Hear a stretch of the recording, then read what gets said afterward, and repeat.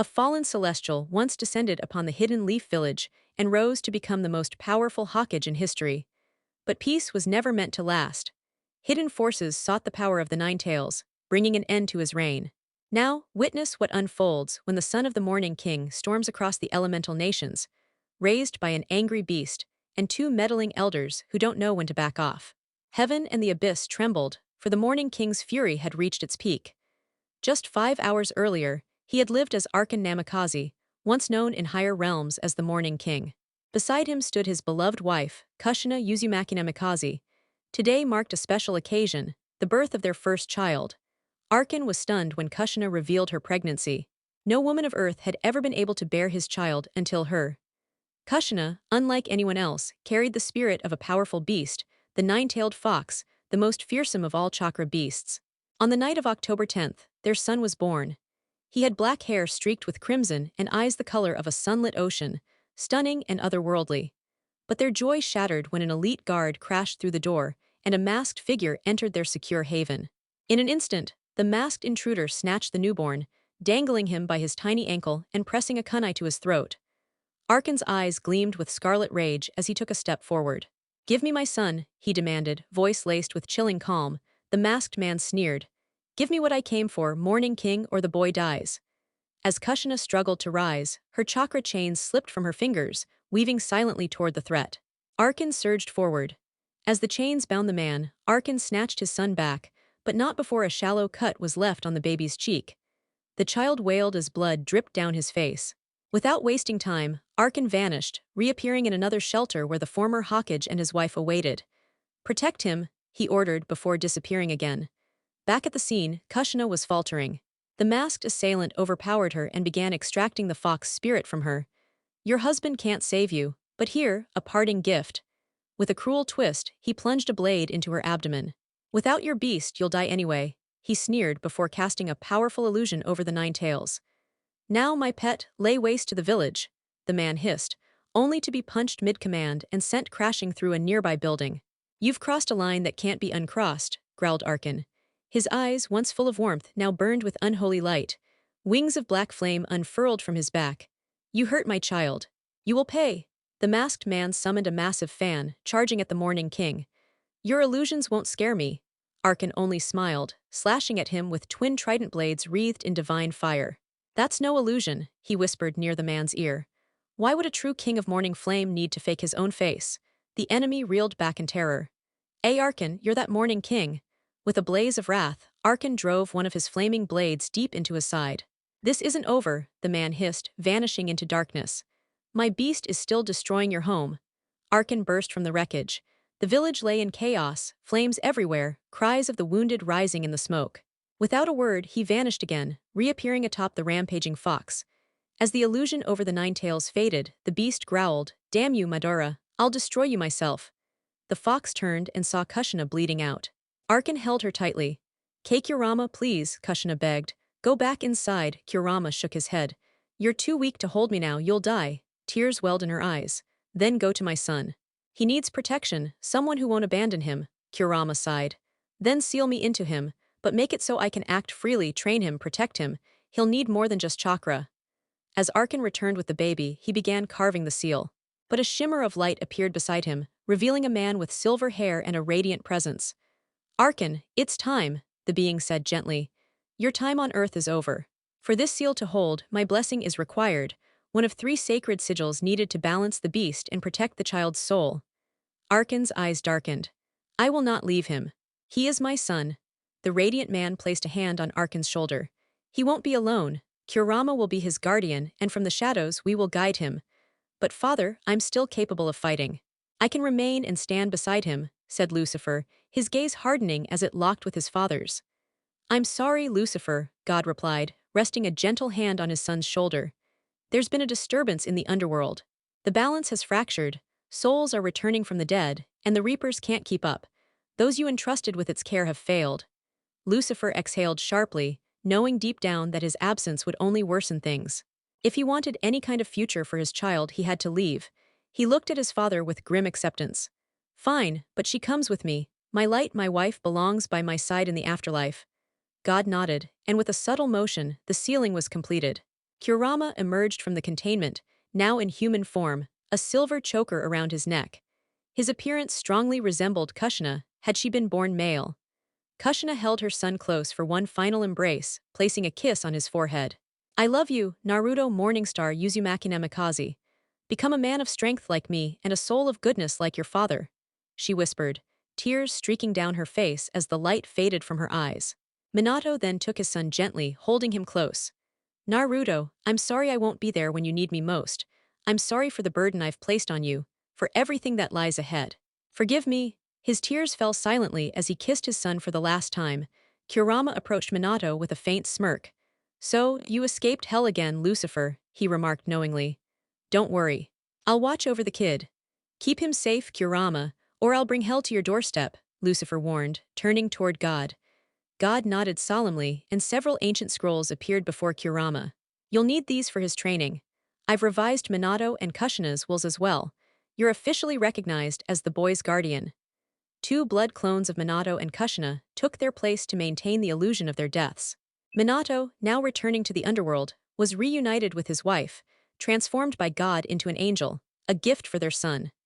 God understood how deep Lucifer's loneliness had run, until he met this fiery woman who even managed to intimidate him. Hiruzen Sarutobi and Jiraiya finally arrived, only to find the lifeless bodies of Minato and Kushina, and a man with an uncanny resemblance to Kushina holding their newborn. Who are you? Hiruzen demanded, while Jiraiya checked for signs of life. I'm Kushina's twin brother, Kurama responded calmly. She never mentioned having a brother, Jiraiya said suspiciously. Kurama handed them a letter. She wrote me a month ago. Dear little brother, it warmed my heart to receive your letter. I'm relieved you made it out before the village fell. I've missed you dearly. I hope you arrive before the baby's born. Yes, you're going to be an uncle. I'll need your help since Minato's still clueless when it comes to babies. I need to finish the nursery and your room. Come to the Uzumaki estate when you arrive. Love always, your big sister, Kushina. As you can see, her handwriting is unmistakable. As her brother and a fellow Uzumaki, I have every right to raise my nephew and manage the clan estates until Naruto is of age to inherit them, should he choose to. Kurama's tone was firm and resolute. Jiraiya began to speak, but Hiruzen raised a hand to stop him. Very well, we'll accompany you to the estate, but tomorrow we'll review the will. Minato and Kushina appointed Jiraiya and Tsunade as godparents the moment they learned of her pregnancy. Kurama raised a crimson brow. I don't care, I'm his only blood relative here, and I'll ensure he's safe and protected no matter what. Jiraiya shot him a glare. I don't care who you are, I will be part of that boy's life. Tsunade too. He turned sharply, intent on finding Tsunade and telling her everything. In the underworld, Lucifer flipped through old case files, his eyes scanning one name. Madara Uchiha.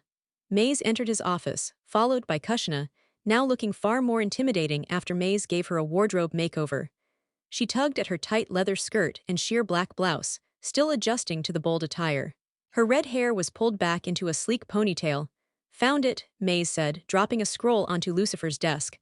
But look, it's marked missing, Lucifer frowned. Where the hell was it? Kushina placed a hand on his shoulder. Someone must have let him loose. Lucifer looked to Maze. What happened to the demon assigned to him? Maze's grin turned bitter. Dead, tricked into loving him, and then he killed her. Lucifer turned to his wife. Kushina, we have work to do. Madara's boasting that he'll bring down the entire shinobi world, and he needs the tailed beasts to do it. Kushina's eyes widened in fear, but her voice was unwavering. Tell me what you need. No force in heaven or hell would stop her from protecting her child. Lucifer smiled. I need you to help Maze train a squad of angels and demons. I'll speak to Father about lending us a few more celestial allies. Maze observed silently, wondering what made this woman so different. Not even the detective, crafted by God specifically for Lucifer, had changed him the way Kushina had. Celestial City Lucian strode into the Celestial City, flanked by his wife Kushina and his loyal lieutenant, Mazakine. Father, he called, his voice calm but resolute. We need to have a conversation. He halted before the divine throne, drawing the attention of every angel present. The Almighty gave his wayward son a knowing smile. What brings you home after so long, my son? Lucian mirrored the smile. We both know why I'm here. Let's not pretend otherwise. Mazakine's gaze swept the gathering of celestial beings, narrowing as it landed on her former partner. Kushina glanced between them, silently questioning the tension. Maze simply shook her head at the red-haired woman and returned her focus to Lucian. The Almighty nodded. You've come regarding the guardians assigned to your son, those who will guide and train him in the shinobi arts. Gasps and hushed whispers echoed throughout the divine halls. Amenadiel stepped forward, visibly puzzled. You have a child, Lucian turned to him, a smirk on his lips. Surprised, brother, father didn't tell you. As of last night, I became a father. And now I must fix what went wrong in my absence. Mortals made quite the mess. A child, truly, Amenadiel repeated, clearly shaken. Kushina stepped beside her husband. During the assault by Madara Uchiha, shortly after I gave birth, we had no choice but to leave our son behind. Murmurs filled the chamber. I carried Kurama within me, the nine-tailed fox. As his Jinchuriki, I was vulnerable, and Madara struck when I was at my weakest. Kushina's voice was calm, but her eyes gleamed with sorrow. Maze looked surprised. Neither she nor anyone else in hell had heard that part of their story. Lucian had only ever asked for records on Madara, never revealing why. I thought Madara Uchiha was sealed in the deepest circle of the abyss, Amenadiel said, turning sharply to the Almighty. Is that not the case? It is, God affirmed. Then I'll go, my nephew needs support, Amenadiel declared, glancing at his fellow angels. Azrael stepped forward. Count me in. Uriel appeared beside them. I'll join. You'll need someone to observe from above. Very well, God said. The three of you will represent the heavenly host. Lucian may also send 3 of his own from the underworld. I assume Maze will lead them, Lucian nodded. Indeed. Maze will oversee everything and train them alongside my wife. After all, you know nothing of chakra. Maze has wielded it for ages. Maze smirked. I hope you 3 are ready to be my subordinates, she said, turning away, eager to leave the holy realm. Her heart yearned for the comforts of Lux and her old stomping grounds. The 3 angels glanced to their father, who gave a nod of approval. Without another word, they followed Lucian and Kushina, the gates of the celestial city closing once more behind the morning star. Elemental Nation, Konoha Kurama Uzumaki stood tall before the Shinobi Council. The civilian members had been dismissed at his insistence, much to their dismay. Their voices of protest had been silenced as Anbu removed them, one loudmouthed, pink-haired woman screeching until she was forced out by an operative in a hound mask. Kurama's gaze was sharp. That screeching woman needs to mind her place. In his arms rested a bundled infant. His gaze drifted over to the shinobi side of the chamber. Tsunade looked as though she were recovering from a long night of drinking. Beside her, the third Hokage sat composed, with Jiraiya behind him. I am Kurama Uzumaki, twin brother to Kushina Uzumaki Namikaze. During the Nine Tails attack, I returned to the village and was entrusted by both her and Minato Namikaze to protect and raise their only son, Naruto Morningstar Uzumaki Namikaze. Gasps filled the room. Tsunade opened her eyes wide. You're a survivor of the main Uzumaki clan. Yes, Kushina believed me dead when our homeland fell. I remained hidden, avoiding larger villages where my lineage and sealing knowledge would make me a target.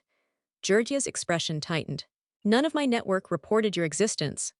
I kept to small fishing communities. Red hair like mine is dangerous in the wrong regions. We Uzumaki are highly valued for our bloodlines and our mastery of Fuinjutsu, Kurama replied, locking eyes with the toad sage. There were nods around the table. Everyone remembered Kumo's failed attempt to kidnap Kushina. Kurama's caution was understandable. What happened to the fox spirit? Asked Hiruzen. Kurama sighed, glancing at the baby. The beast now resides within this child. That's why I refuse to speak in front of those civilians. Naruto is a hero, not a monster. He turned a piercing gaze to the village elders. I don't trust those relics behind you, Lord Hokage. They've meddled too often. The elders scowled but said nothing. Their shady pasts would soon catch up with them. I understand, Hiruzen said with a nod. You have my word, what is said here will remain within these walls. Kurama's aura pulsed crimson. Good. Because if word leaks, consequences will follow. Tsunade chuckled. He's right. If this gets out, someone here has a loose tongue and I'll deal with them personally. Troublesome, Shikaku muttered. Loose lips sink ships, especially now. Interrogation has its hands full with infiltrators already, added Inoichi. We can't afford internal leaks. The clan heads nodded in agreement. Their village was vulnerable. A newborn Jinchuriki offered no immediate protection, and Kurama clearly had no loyalty beyond his nephew. Kurama crossed his arms. My family helped build this village. Don't forget, the Uzumaki stood with the Senju and Uchiha. If my Aunt Mito's legacy means nothing to you. Tsunade narrowed her eyes, reminded of her grandmother's connection to Kushina. Murmurs spread through the chamber. The man's words struck true. Then let Naruto become a shinobi of Konoha when the time comes, said Hiruzen. Kurama smirked. You'll find that's not entirely in your hands. Shikaku watched Kurama with suspicion. Something about the man didn't sit right, an unknown presence that made his instincts scream. Netherworld Lucian returned to his office, Maze and Kushina behind him. Have you chosen who to send from the Underworld? Kushina asked. Her heart ached for her son, but she knew the consequences of returning to the world of the living. Lucian sighed. Most demons are loyal here, but will that loyalty last on Earth? Then why not send someone from the redeemed souls? Ones you've trusted over the years, Maze suggested, already considering options. Lucian nodded. That might work. He reached for files on his desk, while his shadow clones sorted the endless paperwork. Wait, there are 3 of you, Amenadiel asked, confused. They're called shadow clones, Kushina explained casually. Solid replicas created through chakra manipulation. Shadow replicas? Azriel asked, stepping up to one and gently pressing her hand to its chest. You do realize that's incredibly rude, right? One of Lucifer's copies responded. She jumped back in shock, startled by the clone's voice and how solid it felt. It's real, she breathed. What you think? That your hand would pass right through me, the clone said, cocking a brow. Azriel slowly nodded. She had never encountered anything like this before. Maze strolled up beside her, pulled a small blade from her back pocket, and drove it into the clone's side. Its eyes widened before it disappeared in a puff of smoke.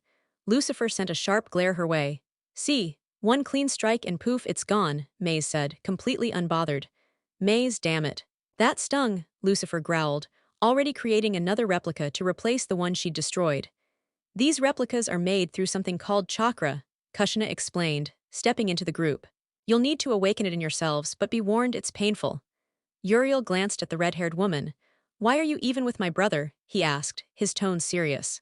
The thought had been plaguing him. Why would anyone willingly choose to be with Lucifer? Kushina stopped and turned toward him, brows furrowed. Why do you ask? What made you fall for him? Even after learning he's Satan, you still chose to stand by him. Why? Uriel pressed. Kushina looked to Lucifer, then back at his siblings. She sighed, feeling the weight of the day catch up to her. It started back when I lived in Konoha. But what really sealed it was the night I was taken by enemy shinobi. He chased after them and saved me. They planned to use me for breeding. Uzumaki blood is rare and highly sought after. She paused for a breath. After that, we grew close. When I revealed I was a Jinchuriki, he didn't flinch. Instead, he opened up and told me everything, why he left hell, what he hoped to find on Earth, a life without darkness. Kushina walked around Lucifer's desk and leaned in, pressing a soft kiss to his lips. Lucifer smiled, kissing her back. She's my anchor. She never turned her back on me, never questioned my motives. She knew everything I did was to protect her and those I care about. So now you've found love and you're neck-deep in chaos with a child under a demon's care, Amenadiel said dryly. Lucifer smirked. When you put it like that, yeah. Maze chimed in with a grin. Have you considered sending Chloe down? She could watch over the boy. Lucifer hesitated. Her soul's in Silver City. I might send the detective, but he's still not speaking to me. Would be hilarious to see his face, Maze said with a chuckle. Shame I can't send Trixie. She always did love playing ninja, Lucifer mused. That little human was the best. I couldn't believe she willingly came to hell after she died, Maze added. Almost as if summoned, Trixie stepped into the room. Hey, Lucifer, Kushina's eyes widened. She's just a child, Trixie smirked. Hardly, it's just more fun looking like this around here. She then transformed into her adult form, tall, striking, with twin pigtails trailing to the floor and eyes that sparkled with mischief. Still the same troublemaker, Lucifer said fondly. Heard my name. Figured Maze was gossiping about me again. Something about playing ninja, Trixie teased. Always my favorite human, Maze grinned. Good to see you, Trix, Amenadiel said, pulling her into a hug. Good to see you too. What brings you 3 here from Silver City? And how's my mom? She asked, pulling back. She's fine. But we're here because Lucifer has a son, and we need to learn how to use chakra to function in this shinobi world, Amenadiel explained. Trixie's eyes lit up. No way, I'd love to join in. Playing ninja sounds awesome. Maze looped an arm around her. Good thing you've been training with me then, huh? Absolutely worth it, Trixie beamed. Lucifer smirked. Maze always has a plan. 3 of us teaching the rest should make things easier, Kushina said with a nod. Hey Lucy, who's the lady? Trixie asked. Lucifer pulled Kushina into his lap. My wife. Mother of my son.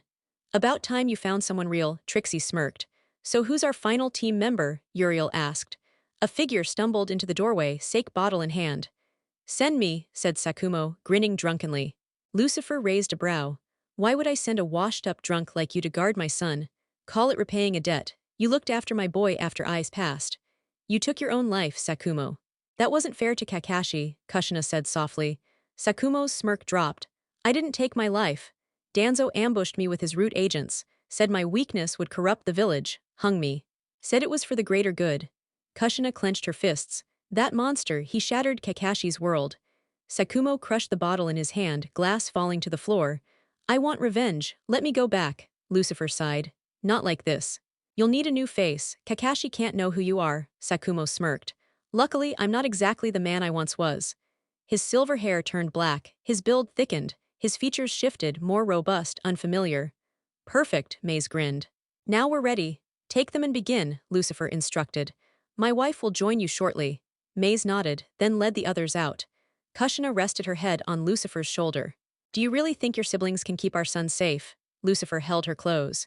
With Maze, Trixie, and Sakumo, I trust them more than anyone.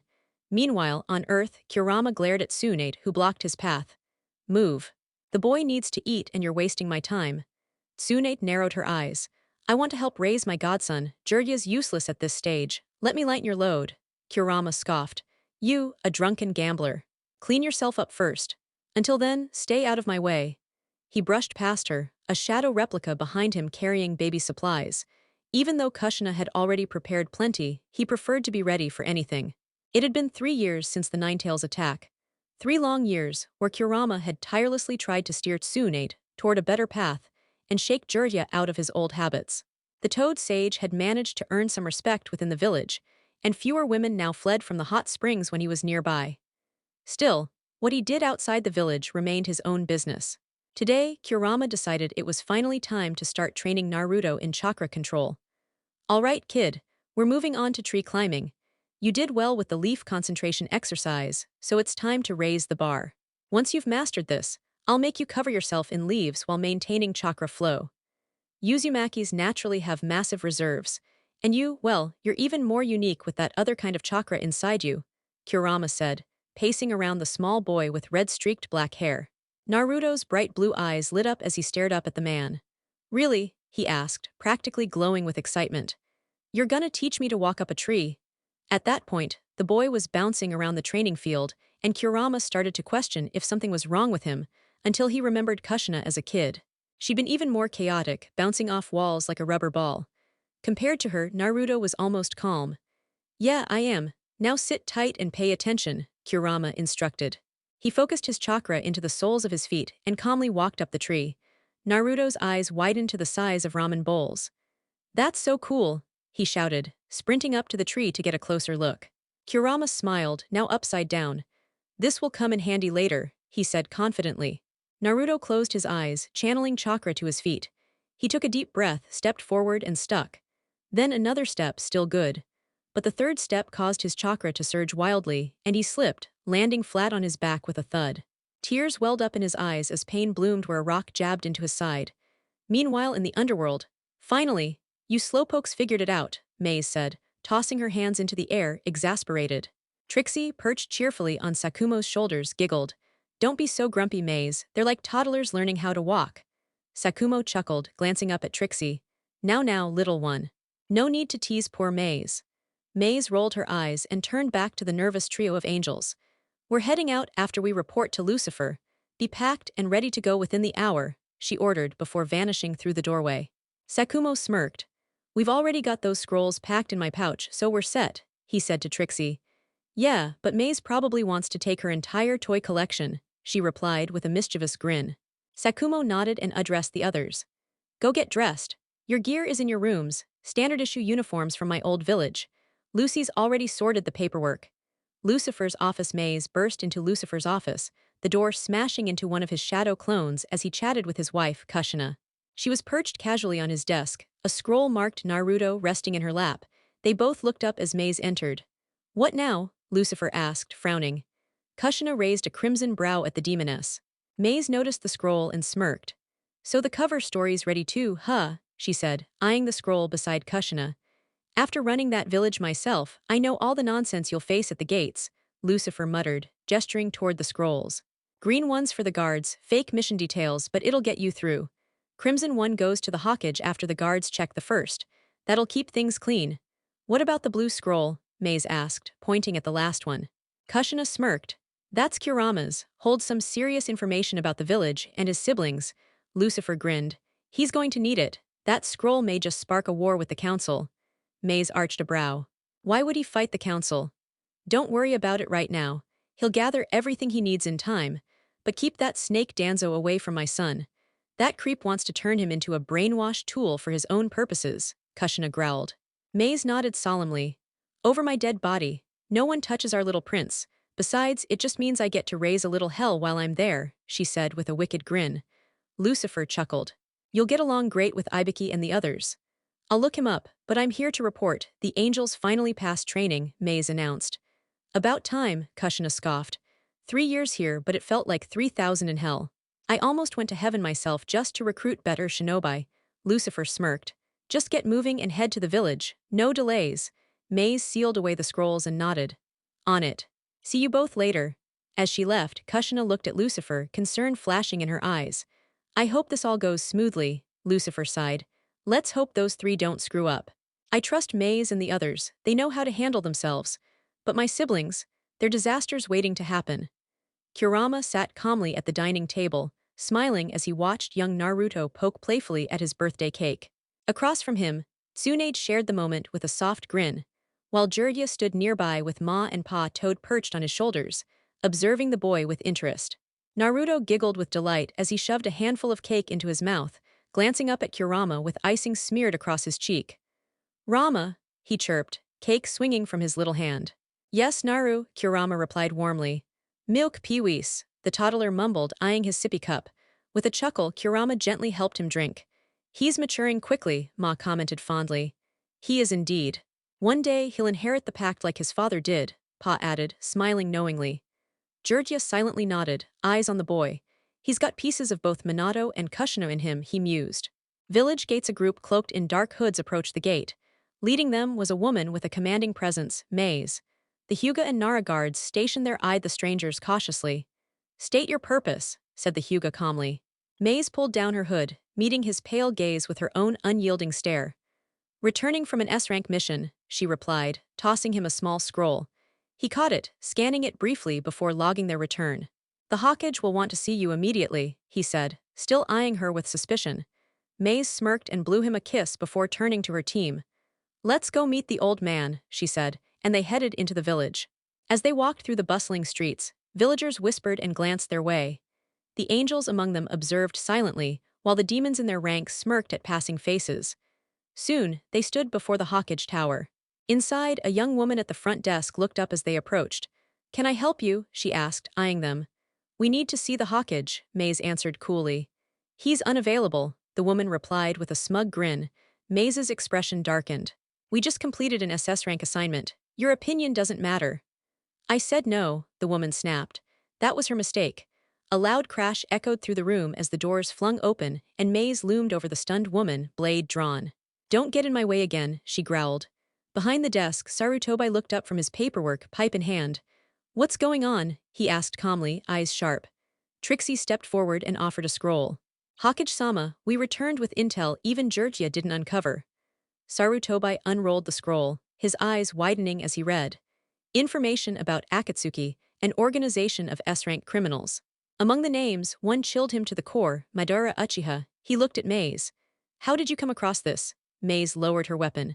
A masked man claiming to be Madara approached us.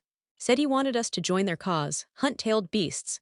That means my future sister-in-law is in danger. Sarutobi sighed heavily. I regret to inform you, your brother and his wife died 3 years ago. Their son survived and is under Kurama's care. You'd do him good by staying close. The team nodded. Where are they? At the Uzumaki estate. Sarutobi dismissed them with a wave. 12 years later, 15 years had passed since the Ninetales attack. Now a teen, Naruto stood in the Uzumaki training grounds, panting after intense sparring. Across from him stood Trixie, taunting him.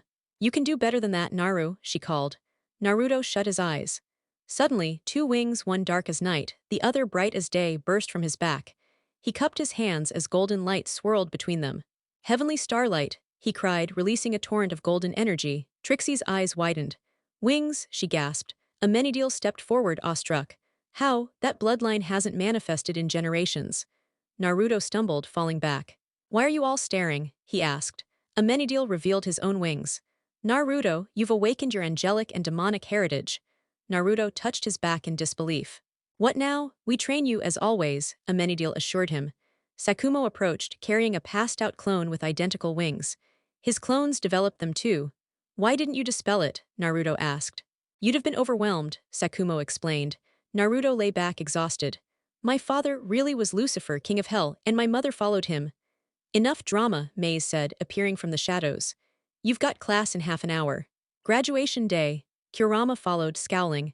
The council leaked the truth. Naruto's the Nine-Tails vessel, he said angrily. Danzo's last act, Maze added. He planted sleepers with time-triggered seals. But I killed him when Naruto was 5, Sakumo said. Delayed magic, Maze spat. He rigged it to explode on this day, Naruto shrugged. Too late to change it. I'll just hide these wings, grab breakfast and go. Academy students filled the room. Naruto sat in the back, watching the Uchiha and fangirls bicker. They'll never take this seriously until it hits them in the gut, he thought. They won't, Kurama replied telepathically from the courtyard. Shikamaru and Choji entered, Shika slumping into her seat beside Naruto. Morning, Naruto said with a smile. Hey Naru, Shikamaru replied, cheeks slightly pink. Yo, said Choji, munching on wasabi barbecue chips.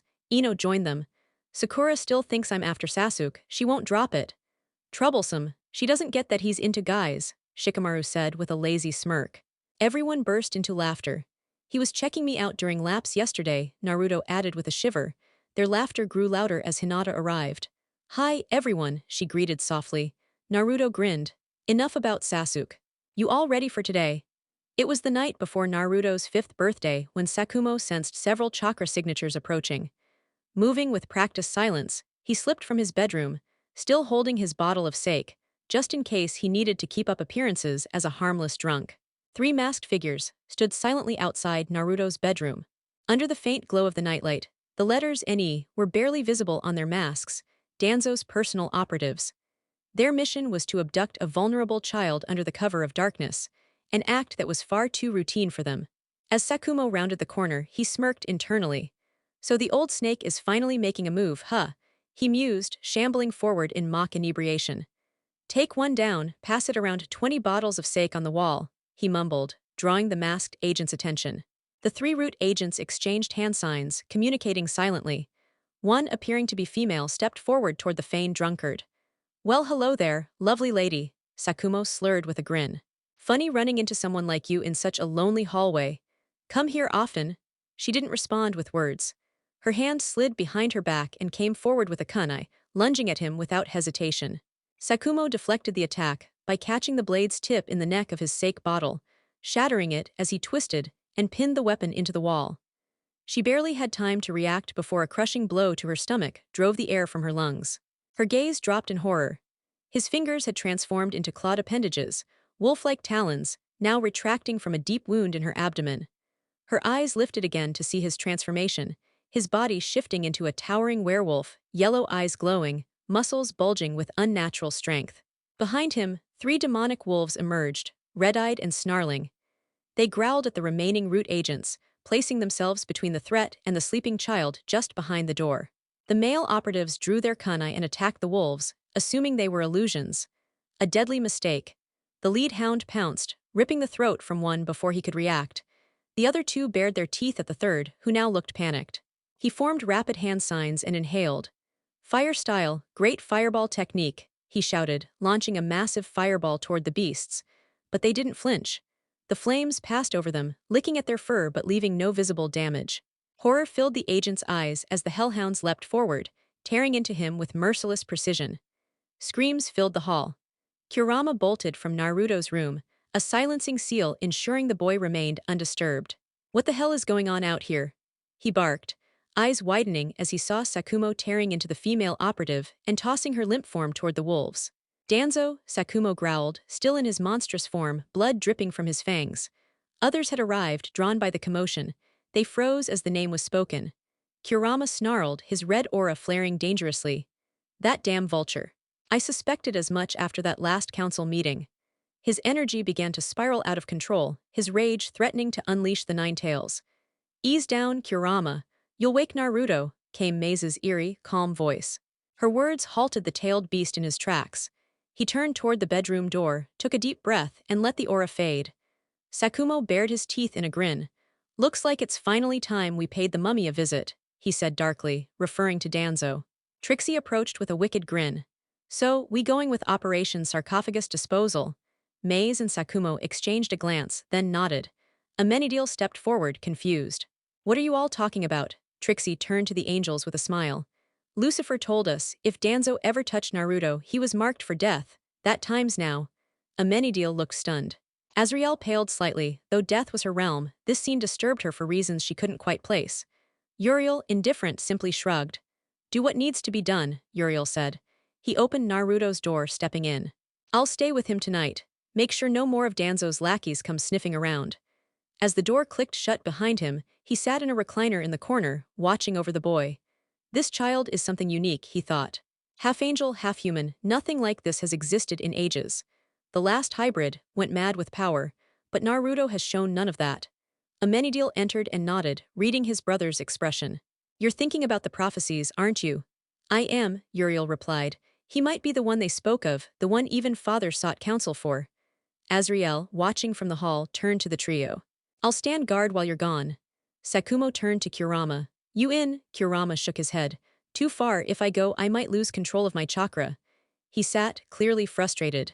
The others gave nods of understanding and disappeared into the dark. Mei went to change, emerging moments later in tight black leather. Trixie followed, donning combat gear with spiked gloves, weapons sealed and ready. Sakumo leaned by the door, already equipped. Took you long enough, he said with a grin. Mei walked past, trailing a hand along his cheek. Had to dress up for you, wolf boy. Trixie laughed, skipping past them. Just kiss already, she teased, sprinting away before Sakumo could grab her. Danzo's hidden base. Danzo sat at his desk, scanning mission reports. He glanced at the time, 2 am, no word from his squad. They should have returned by now, he muttered. This shouldn't have been complicated. A knock came at the door. He smiled darkly, expecting good news. Instead, a corpse flew into the room, slamming into the far wall with a wet crunch. In the doorway stood a towering werewolf, followed closely by 2 women. Danzo's eye widened. Cubi? He whispered in disbelief. The beast stepped forward, growling low and deep, flanked by Mei and an unfamiliar young woman whose eyes gleamed with a fire Danzo recognized but couldn't place. The creature growled out in a deep voice. This one belongs to me. He'll pay both for tonight and for what he did to me years ago. His words were aimed at the 2 standing behind him.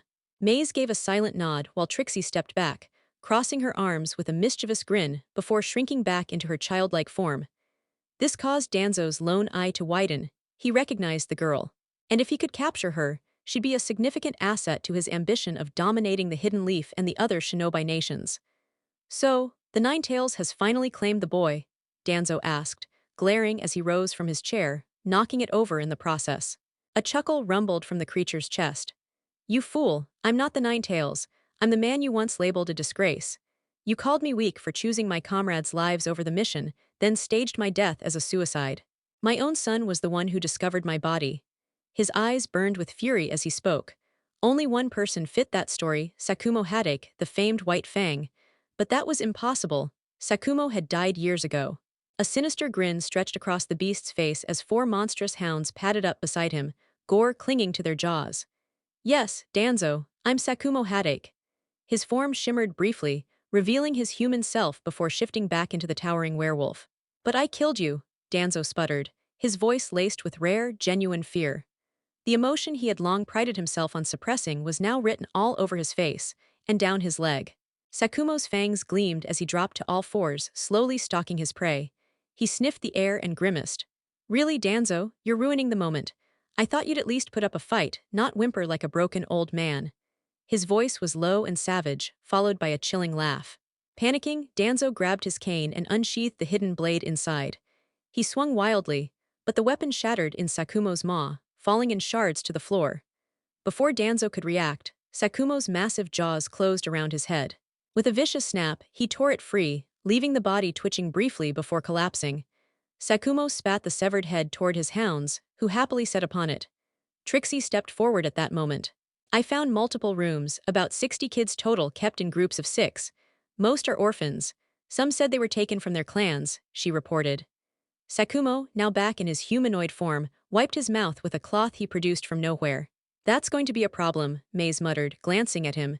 He gave a short nod. They would need to report this to the Hawkage. With a sigh, Sakumo turned to the hall.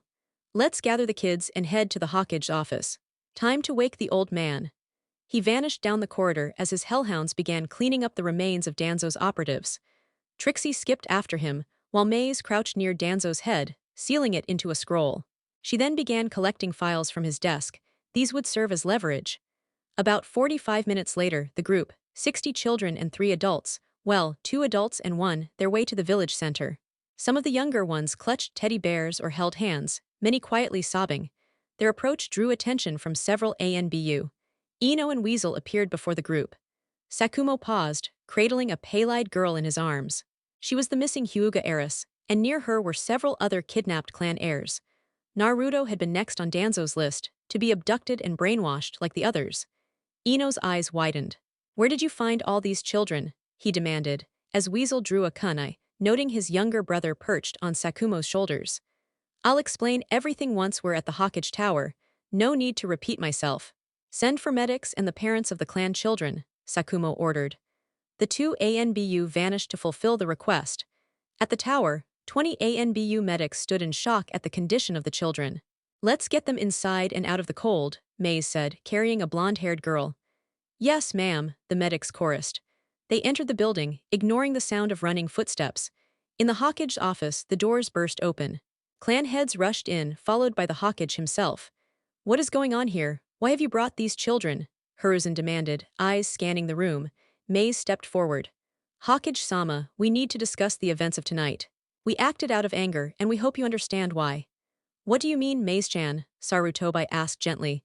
Trixie produced a scroll and unsealed it. Danzo's head appeared before them. Gasps filled the room, though the children were shielded from the sight. Maze quickly resealed it.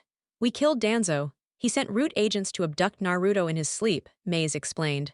Sakumo stepped up. I heard noises near Naruto's room and found 3 root members preparing to take him. I played drunk and eliminated them with my summons help. Eyes turned to him in disbelief. What kind of summons? Shikaku Nara asked. Sakumo grinned, hellhounds. As he spoke, 2 fiery hounds appeared at his sides. Everyone recoiled slightly. Trixie hugged one of them. They only attack if provoked or their master is threatened. Hawkage-sama, I also recovered files listing planned assassinations and abductions targeting several clans, Maze said, shooting a glance at the Hyuga and Uchiha heads. An uproar erupted, with clan leaders demanding access to the documents. Calm down. I'll review the files and distribute them to the appropriate heads, Hiruzen assured them. Hawkage-sama, what about the other children? Trixie asked, concerned for the unidentified orphans. We'll conduct blood tests and search for relatives. I suspect they'll help solve a number of unsolved disappearances across the nations. For tonight, we'll provide shelter and begin our work tomorrow. I'll begin the tests immediately. The old hospital can house them for now, said Hawk, carrying a pink-haired girl. Hiruzen nodded. ANBU began whisking the children away, leaving only the clan heads, their children, and the Namikaze family. I guess there's no point in going home tonight, the Hawkage said, settling behind his desk with a weary sigh. I can help go through these files, Trixie offered. Troublesome, Shikaku muttered, grabbing a stack and settling at a side table. Trixie took another and sat cross-legged beside the Hawkage's desk. It was already 4:30 in the morning when Maze and Sakumo returned home. Meanwhile, some of the mothers had begun preparing tea, coffee, and breakfast as a gesture of gratitude for the trio who had worked so hard to bring their children back safely. End of flashback. Naruto let out a slow breath as he noticed Mizuki peeking into the classroom, his eyes flickering first to Sasuke, then to Naruto himself. Something's off about the way he's watching us, Naruto thought, as Kurama stirred within him, opening one eye to observe what had caught his host's attention. Watch him closely, he reeks of serpents, Kurama warned, gazing through the classroom window beside Naruto. All right, everyone, today's the big day, Uruka announced as he entered the room, spotting a group of fangirls squabbling. His face instantly morphed into exaggerated fury. Sit down and shut up, you little monstrs, he roared, causing the girls to scramble to their seats in terror. Uruka began distributing the written exam as Mizuki sat quietly, reviewing a clipboard. I'll hand both Sasuke and Naruto over to Lord Orochimaru. They'll be perfect vessels, he thought, a devious smirk flickering across his face. An hour later, after all the papers had been submitted, the class began chatting while Uruka reviewed the results. He smiled. Most of the clan heirs had done exceptionally well. Even the laid-back Nara had exceeded expectations. Naruto and Sasuke seemed neck and neck for the Rookie of the Year title. All right, kids. Let's head outside and get through the Taijutsu segment of the exam, Uruka said, guiding the class to the training grounds behind the academy. Back in the Hokage office, several Jonin instructors gathered around the crystal orb, observing the students to evaluate potential team dynamics and identify any problem pairings. Outside, Kurama awoke as Naruto landed beside him. "Yo, Rama," Naruto greeted. Kurama opened one eye, gazing at Naruto and his friends. "Hey, brats," he replied with a large yawn. Uruka approached the red-haired man, raising a brow. "Kurama-san, are you here to watch Naruto's performance today?" he asked curiously. "Nah," Kurama replied with a lazy drawl. "I knocked out after dropping them off."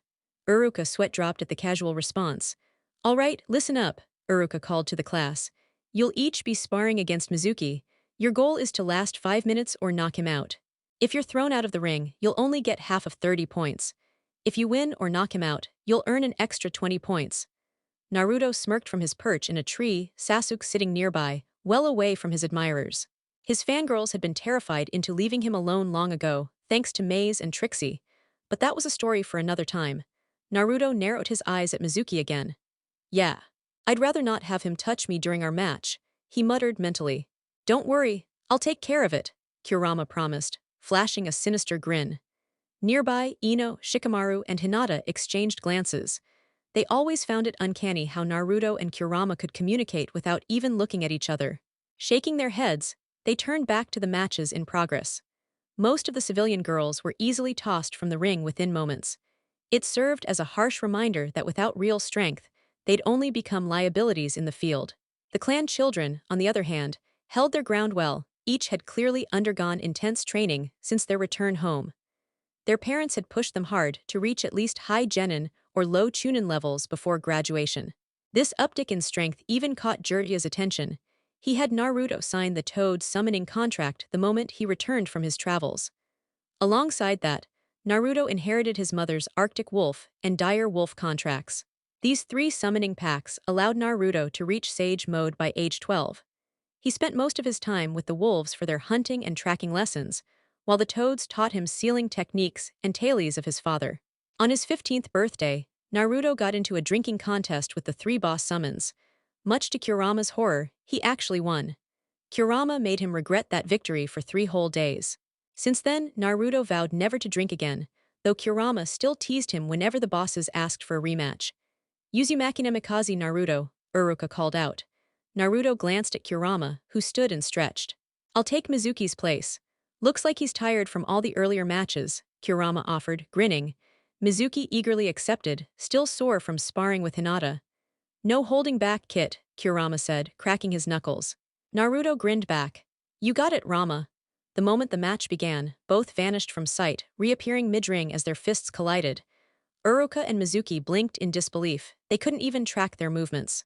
"Taking both Naruto and Sasuke is going to be harder than I thought. I might just abandon the whole plan," Mizuki mused, unease growing in his gut.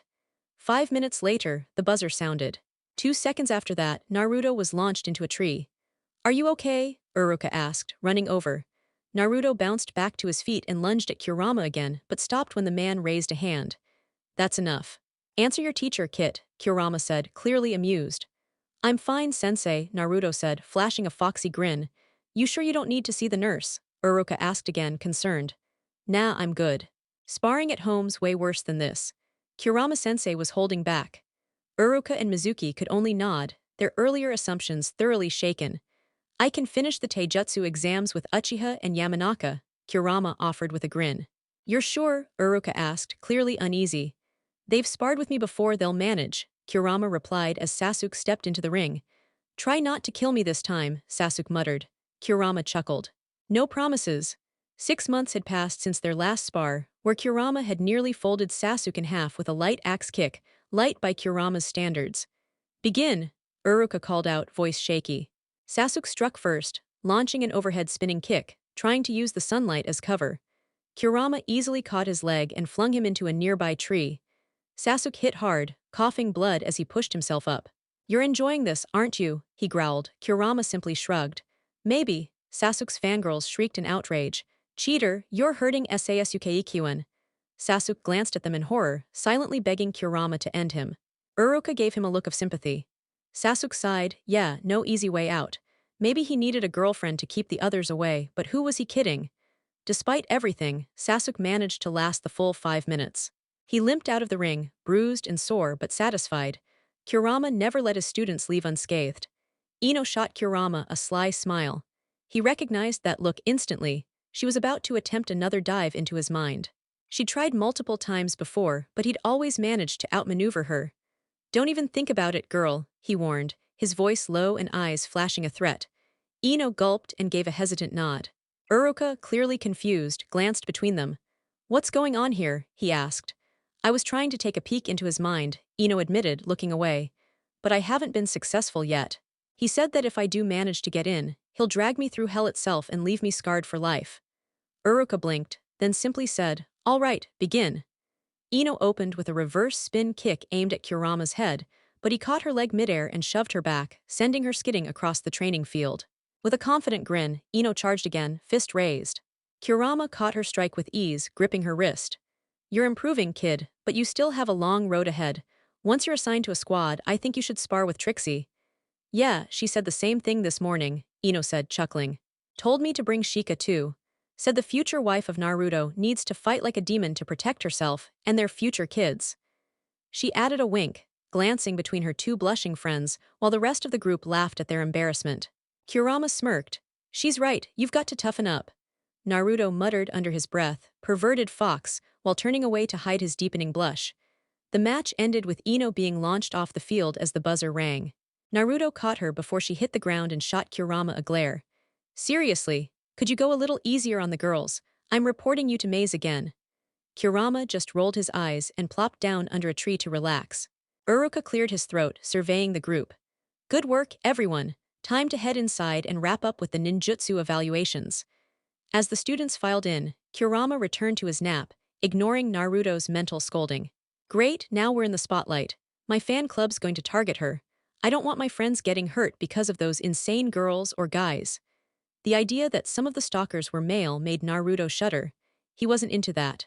Maybe he could redirect them toward Sasuke. No one really knew his preferences anyway. Back in the classroom, Naruto dozed off, knowing his name wouldn't be called until near the end. Occasionally, he'd open an eye when a heartbroken member of his, or Sasuke's fan clubs, burst out crying after failing the exam. Or someone would start yelling about being destined to be with them, through the power of love. Both boys stayed as far from those fanatics as possible. Even the restraining orders had barely helped. They hoped their new shinobi status might bring better legal protection from obsessive followers. Finally, it was Naruto's turn. As he stepped forward, he felt a strange surge of chakra aimed his way. Kurama cracked open an eye and smirked, recognizing the culprit. In a flash, he returned the favor, trapping Mizuki in a terrifying genjutsu of unending hellfire. Mizuki collapsed, frothing at the mouth, much to Uruka's alarm. Naruto shrugged. "Guess the heat got to him." He summoned 2 shadow clones to haul Mizuki to the infirmary. Kurama ensured no trace could lead back to Naruto, crafting a false memory trigger that made Mizuki's breakdown look like an Orochimaru experiment gone wrong. "That's what he gets," Kurama muttered, eyes half-lidded beneath the shade. Uruka blinked in surprise. "Naruto, when did you learn shadow clones?" "Aunt May's taught me after running a chakra check. I was already at high Jonin levels. Now I'm closer to Kage or even Sanin tier. I can't do the basic clone anymore," Naruto explained.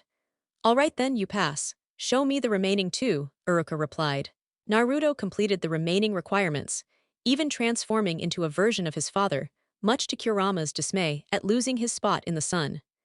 Uruka handed him his forehead protector. Naruto grinned and showed it off to Kurama, who ruffled his hair approvingly. Back at his desk, Naruto tied the protector to his arm and plopped down beside Shikamaru. After all the students finished, Uruka addressed them again. "Those who passed report back here tomorrow for team assignments." The room quickly emptied. Clan heirs proudly met their waiting families, while Naruto received cold stares from many civilian parents. some out of jealousy over his status, others out of fear of what he held inside. He was heir to immense power, being the son of the Hawkeye and the princess of the Land of Waves. A prince by blood. Hawkeye's office Maze and Trixie smirked as they reviewed the exam results. Well, our kid just clinched Rookie of the Year, Maze told Trixie, who giggled in agreement. Sarutobi exhaled a puff from his pipe. Thoughts on your potential students? Maze leaned back with a smirk. If I get the team I'm aiming for, they did outstanding. Trixie added with a grin, I just want to be co-captain with Maze. Missions or T&I are more fun with her around. Anko, lurking behind them, chimed in with a grin. What can I say? Maze makes everything entertaining. Maze shot her a wink, causing several men nearby to blush and inch away cautiously. No one could ever tell if Maze and Anko were just having fun or preparing to annihilate someone. Dropping your guard around them was never wise. Kakashi, fuming, glared at Maze. I want Naruto and Sasuke. Not a chance, Maze replied, her eyes glinting. They're mine. Kakashi looked to the Hawkeye for support. Come on, Lord Third, he's my sensei's son, I should be the one to train him. Sarutobi shook his head. I made a deal with Maze and Kurama. They're like family to Naruto and worry you'd favor Sasuke because of your promise to his brother. But Hawkeye-sama, no way, Maze snapped. He's my nephew. You're always late, lazy, and barely take training seriously. That won't cut it. Kakashi slumped into a corner, drawing sad circles on the floor, stunned by the public scolding. Everyone else quietly left with their student files in hand, wondering what kind of genin teams they'd end up with. In hell, Lucifer sighed as he observed his son's progress, and Mizuki's unfortunate fate. Guess that fool really went for it, huh? He asked his wife. Kushina, busy repeatedly stabbing Danzo, nodded without pausing. Danzo howled in agony, glaring at Lucifer. I knew something was off about you. Kushina just smiled as glowing white angel wings unfurled behind her. Technically, I'm an angel, she said sweetly, but I chose to stay by my husband's side. Danzo's eye widened in absolute terror at the sight before him. Are you going to finally explain what happened between you, Orochimaru, and Madara? Lucifer asked, his gaze turning away from his son and the others. Why should you care about that forsaken village? You're here in hell. Danzo retorted with a glare. Lucifer smirked at the old man. It matters to me because my son is in that village, and I still hold some affection for it, he said, as Kushina smirked and stabbed Danzo once again. Orochimaru plans to scorch the village with hellfire, remaking it in my vision of what a true shinobi society should be, Danzo said, a smug smile spreading across his face. Lucifer laughed. Do you truly believe he'd allow you to control a village he burns to the ground? The destruction would surely wipe out everyone, and even your hidden root bases wouldn't be enough to rebuild the ruins. He mocked the old fool. Danzo was taken aback. Would Orochimaru really betray him, he thought. Kushina gave him a knowing look. You knew he would. How blind were you? Were you so intoxicated by your self-proclaimed power? She asked. Danzo remained silent, glaring at the two before him. You damn old fool. I can't believe you fell for that snake's lies, Lucifer said, slamming his fist onto the desk, causing Danzo to jump slightly. Kushina walked over to him, placing her hand on his shoulder. It'll be all right. Just send the hellhounds to Sakumo with a message about the attack during the Chunin exams and the foolish alliance between Suna and Odo, Kushina said as she looked at Danzo, who turned away from them. He realized his failure. His insatiable thirst for power had led to the downfall of the very village he had sworn to protect. You damn fool, you have no idea what you've done to that village you claim to love. You've doomed them. I just hope this message reaches them soon and the old man listens to Sakumo, Lucifer said, growing tired of the entire situation. I don't know anything about Madara. You'd have to ask Orochimaru. He was part of that group hunting the tailed beasts, Danzo replied. He believed he'd already given them all the information he had, so he assumed he was no longer of any use. Tell me the plan Orochimaru and his men would take to infiltrate, Lucifer demanded, eager to gather any information that could protect his son. Danzo looked at him in disbelief. How do you know I know anything about his plans? He asked. Lucifer gave him a disbelieving look. Come on, Danzo, do you take me for a fool? I know you know how he was planning to attack and infiltrate. Sighing in defeat, Danzo began revealing everything as a demon took notes. When he finished, another demon came to take him away, and Lucifer ordered that the information be sent to Sakumo immediately. Sakumo sat peacefully in the garden, meditating and mixing his chakra with demonic energy. This fusion made his attacks deadlier and faster. His meditation was interrupted as Ruby, his hellhound, rushed toward him, a scroll in her mouth. The seal on it confirmed it was from Lucifer, signaling something important was coming. What did he send me, girl? Sakumo asked. Ruby dropped the scroll at his feet. Master has information on that snake. He plans to attack in about 6 or 7 months during the Chunin exams, she explained. Sakumo nodded and opened the scroll. After reading, he saw it contained valuable intel, including a report from one of his spies who had captured a member of Danzo's faction. The spy had revealed everything under the curse seal's influence. He quickly grabbed his Jonin vest and headed out the door, where he saw Maze and Trixie approaching. They saw the scroll and recognized the urgency. There's nothing about Midora. The old man didn't know anything about him, Sakumo said, shaking his head as he walked past them. He made his way to the tower, where Naruto and Sasuke were running away from their fan clubs. The fans appeared almost rabid, chasing them in a frenzy. Naruto saw Sakumo and rushed to hide behind him, followed by Sasuke. Please help us. They're going crazy because we didn't make it into the shinobi program, Naruto pleaded, as Kurama chuckled from a rooftop. Sakumo shook his head. You better get home, or you wouldn't want to see me angry, he said, his eyes flashing amber. The fans, however, didn't take him seriously. They charged at the two boys. Sakumo transformed into his werewolf form and let out a chilling howl. The rabid fans froze, terrified by the enormous demon before them. Some screamed and fled, while others fainted from fear. Anbu appeared, wrinkling their noses at the scene. Really, you had to scare them like this? Nico asked, observing the werewolf before her. Sakumo shrugged. They were after the boys again, and I was worried they might hurt them this time, he explained, stepping aside to reveal Naruto and Sasuke, who were now wide-eyed and trembling. Nico sighed and allowed the Anbu to return the fans home with warnings for their parents. I'll let this one slide, she said. Naruto finally calmed down and looked up at his uncle. Thanks for saving us again, he said sheepishly. Sasuke just nodded in agreement. You two need to figure out how to handle them or maybe find some girlfriends, Sakumo teased. Sasuke grinned. Naruto already has a girlfriend, he said, laughing. Shut up, team, Naruto stammered. Sakumo raised an eyebrow as Kurama appeared, his grin widening. His girlfriend is Shikamaru Nara, Kurama said with a mischievous gleam. Naruto shot him a death glare. Bastard, he muttered under his breath, which made Kurama and Sakumo laugh even harder. She's very clever. I don't know what she sees in this little brat, Sakumo joked, making Naruto even angrier. You two are such jackasses, Naruto said, storming off. Sasuke smirked and ran after him. Kurama eyed the scroll in Sakumo's hand. Ruby brought you something important? He asked. Yeah, it's mostly about that damn snake. Nothing on the other guy, Sakumo replied. All right then, I'll leave you to your mission and watch over the boys, Kurama said, vanishing in a burst of flames. Sakumo smirked and made his way to the tower, where he saw Shikaku entering. He quickly caught up with him. Just the man I was hoping to find, Sakumo said. Shikaku lazily raised an eyebrow. Why are you looking for me? He asked, eyeing the scroll in Sakumo's hand. I assume this involves something big for the village, especially if it's putting Jiraiya's spy network to shame, he added as they headed to the Hokage office. Inside, Sarutobi was buried in paperwork, wishing he could just set it all on fire. A knock at the door interrupted him. Come in, he called.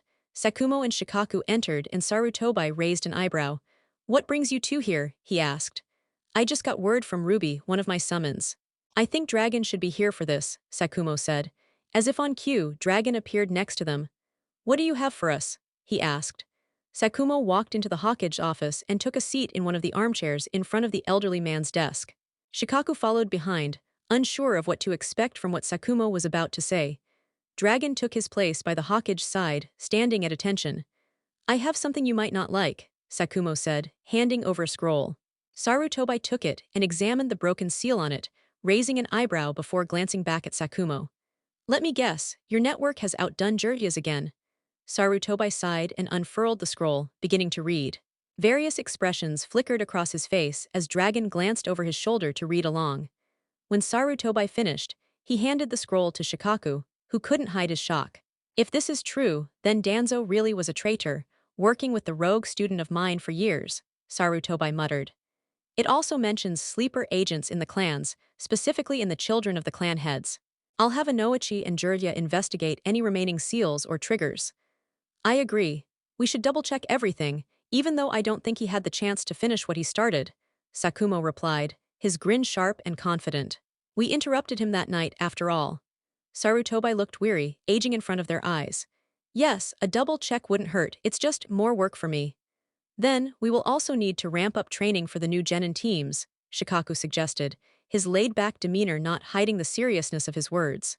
And the shinobi and ANBU must also be on alert. We can't let ourselves fall to Orochimaru and the forces backing him, Dragon added, his voice steady and strong. Sarutobi sighed again, his mind already heavy with the burdens of leadership. I think I know how to handle the situation with Suna. Their lord has been sending missions to us, and he's not pleased with what Raza did to his sister. If we redirect their missions back to Suna, it might prevent them from aligning with Orochimaru. But it's not a guaranteed solution, Shikaku said thoughtfully. True, Sakumo agreed, his voice quiet. And if we do that, it could tip our hand and alert Orochimaru to our suspicions. He could act sooner than we're prepared for. What we need is to play it like we don't know anything, Sarutobi suggested. Occasionally redirecting missions for them to assist us might just do the trick. Sakumo nodded. That could work, and in the meantime, we might manage to sway them from siding with him, or at least make them hesitant. Only time will tell, Sarutobi said, resigned but still clinging to a sliver of hope. Team placement, the day all the young genin had been eagerly anticipating, had arrived. Naruto had woken up early for his usual morning training session with his family.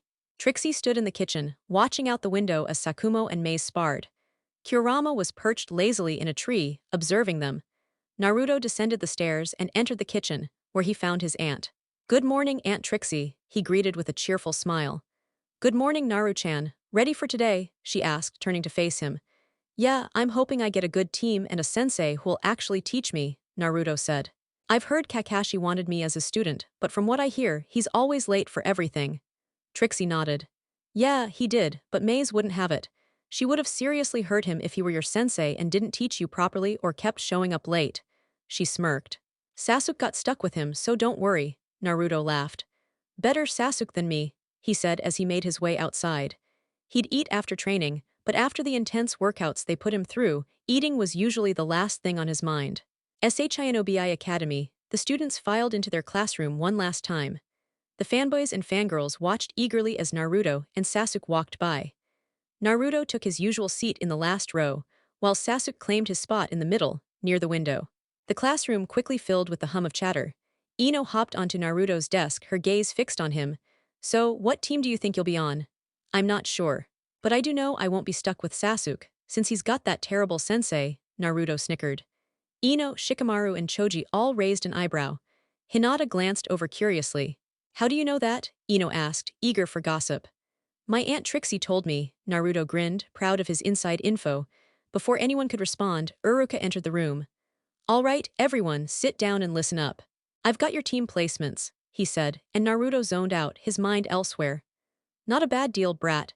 You've got Maze and Trixie as your Jonin senseis, and Shikamaru and Ino as teammates. Kurama's voice echoed in Naruto's head. Yeah, I know. Still, I can't believe they gave me two girls as teammates. They both tied for top Kunoichi though, right after Sakura. I bet she's gonna get stuck with Sasuke, and I think Kiba ended up at the bottom of the class. Naruto chuckled. His mom is gonna kill him when she hears that. Team 7 will be Sasuke Uchiha, Sakura Haruno, Kiba Inuzuka, and your Jonin sensei will be Kakashi Hadake, Uruka called out. Sakura leapt into the air, shouting, Yeah, baby, the power of love. In your face, Opig. Both Kiba and Sasuke seemed to be on the verge of tears, miserable at the thought of being stuck with the loud, useless fangirl. That's enough, Sakura, Uruka warned, his voice darkening. If you keep acting like this, I can have the Hokage switch your team. The threat of an appearance from a spirit sent a chill down her spine, and she immediately quieted down. Team 8 will be Choji Akimichi, Hinata Hyuga, and Shino Aburame. Your Jonin sensei will be Kurenai Yuhai, Uruka continued. Choji seemed disappointed. I was hoping to be with Ino and Shikamaru, he sighed. I'll be okay, Choji, Ino reassured him, flashing a smile. Hinata and Shino are great teammates. Yeah, you're right, Choji nodded with a smile. Team 10 will be Naruto Namikaze Uzumaki, Shikamaru Nara, and Ino Yamanaka. Your Jonin senseis will be Maze and Trixie Namikaze, Uruka announced. Sasuke grumbled under his breath. Why does the idiot get two senseis? Uruka shot him a pointed look. Because Maze also works in T&I and sometimes won't be available. When she's busy, Trixie will step in. Your senseis should be here shortly. Be ready to move out, Uruka added, stepping aside as the classroom door was suddenly blown open. Kakashi, his silver hair a mess, stumbled into the room and collapsed onto his desk. Maze, Trixie, and Sakumo grinned at the disheveled Kakashi. I hope this lesson on punctuality sticks with you, Kakashi. If you ever use that "I took the long way because of a black cat" excuse again, I'll find that cat. And Sakumo's threat hung in the air as he loomed over Kakashi. Yes, sir, I'll be on time, Kakashi stammered, pale and shaking. Good, Sakumo said with satisfaction, turning to leave. Team 7, you're with me. Kakashi straightened up, leading his team out, still in shock. Naruto couldn't help but laugh. He actually did what he said he would do. Ino raised an eyebrow. You knew about this? Yeah, but let's go before Maze gives us the death glare, Naruto grinned, standing up and following his teammates. Fugaku Uchiha, accompanied by the clan elders and several radical members of his faction, gathered in their secret meeting location beneath the clan shrine. Fugaku-sama, do you truly believe now is the right time to act against the village? One elder cautiously inquired. Fugaku shot a harsh glare at the elder. With Itachi turning his back on the clan and becoming a rogue, what choice do we have? He responded with a stern tone. In the shadows, Ruby and the other hellhounds waited in silence, prepared for the moment to strike. Their mission was clear: prevent these rebels from causing chaos. Ruby, in her human form, quietly recorded their words on a hidden camera. She was a striking figure, dark, chocolate-brown hair, deep brown eyes, and standing at 54 with a curvy hourglass shape. Holly, sitting beside her, growled lowly. Almost time, just a little more and we can end this. She communicated to Ruby, who nodded in agreement, her eyes still fixed on the misguided humans. Fugaku's voice cut through the room. The third has become weak in his old age. We need a leader who can restore this village to its former glory, just like when Madara founded it alongside the Senju clan. A young Uchiha boy hesitantly spoke up. But sir, that was during the warring clans era. It's been over 100 years since then, and no village has been in conflict. Yes, there was that close call with Danzo, but this boy will be the first to go, Fugaku thought bitterly. I know. My youngest was part of the group taken, and it was that damned Namikaze who returned him safely to us. He spat out angrily, glaring at the group. We must bathe this village in fire and brimstone to restore it to its former strength, Fugaku declared. The others nodded in agreement, blind to the madness in their leader's words. Hidden in the shadows, a figure with an orange spiral mask watched the scene unfold, amused by his former clansmen's foolishness. These idiots. I'll eliminate them soon. No one with Uchiha blood should be allowed to live, he thought before vanishing into thin air. Ruby and Holly exchanged a knowing glance. Get to Lucifer and have him look into his former disciples in the afterlife. This one reeks of Uchiha blood, and something else, something otherworldly. Ruby instructed Holly, who gave a quick nod before slipping into the shadows. With the camera securely closed, Ruby backed away, knowing that her master would have the evidence needed to act. The next time these fools met, they would not leave alive. Hell, Lucifer sighed in frustration as he reviewed the reports. His mind was on Earth, and his longing to be with his son grew stronger each day. His father had told him that his time would come, though he wasn't sure what that meant. Suddenly, Holly burst into his office, her urgency evident. Master, she called. Lucifer glanced up from his papers as Kushina entered, carrying tea and homemade cakes. What is it, Holly? He asked, trying to focus on his work. Holly knelt before him. Master, Ruby sent a message. She says the masked man smells of Uchiha and something planetary. She wants you to check if your two former students are in the afterlife, Holly reported. Lucifer raised an eyebrow, intrigued. Abido and Ren had been his students during his time as Minato, but he had believed them dead. Kushina's concern was palpable. Do you think one of your former students would betray us? She asked, her voice filled with doubt. Holly nodded. Yes, mistress, you've seen what an Uchiha heart can become. They thirst for power, and they'll stop at nothing to take control. Ruby has gathered evidence, and she's going to show it to Sakumo soon. If these traitors succeed, they'll target the prince next, especially if they discover his angelic heritage. Holly trailed off as she noticed the storm brewing in Lucifer's eyes. I'll speak with death and learn the truth, Lucifer declared, his rage slowly building. Without another word, he stormed out of his office. Kushina watched him go, her face filled with worry. This isn't going to end well, she murmured. Holly could only nod in agreement.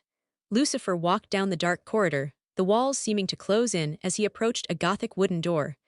3 knocks echoed in the silence. It's been too long, Lucifer, came a cold voice from within the darkness. Yes, but this is no social call, death, Lucifer responded, his voice firm. The shadows cleared as the room transformed into a cozy study, where Death sat behind a large oak desk. Tell me, Lucifer, this isn't just a visit for old time's sake.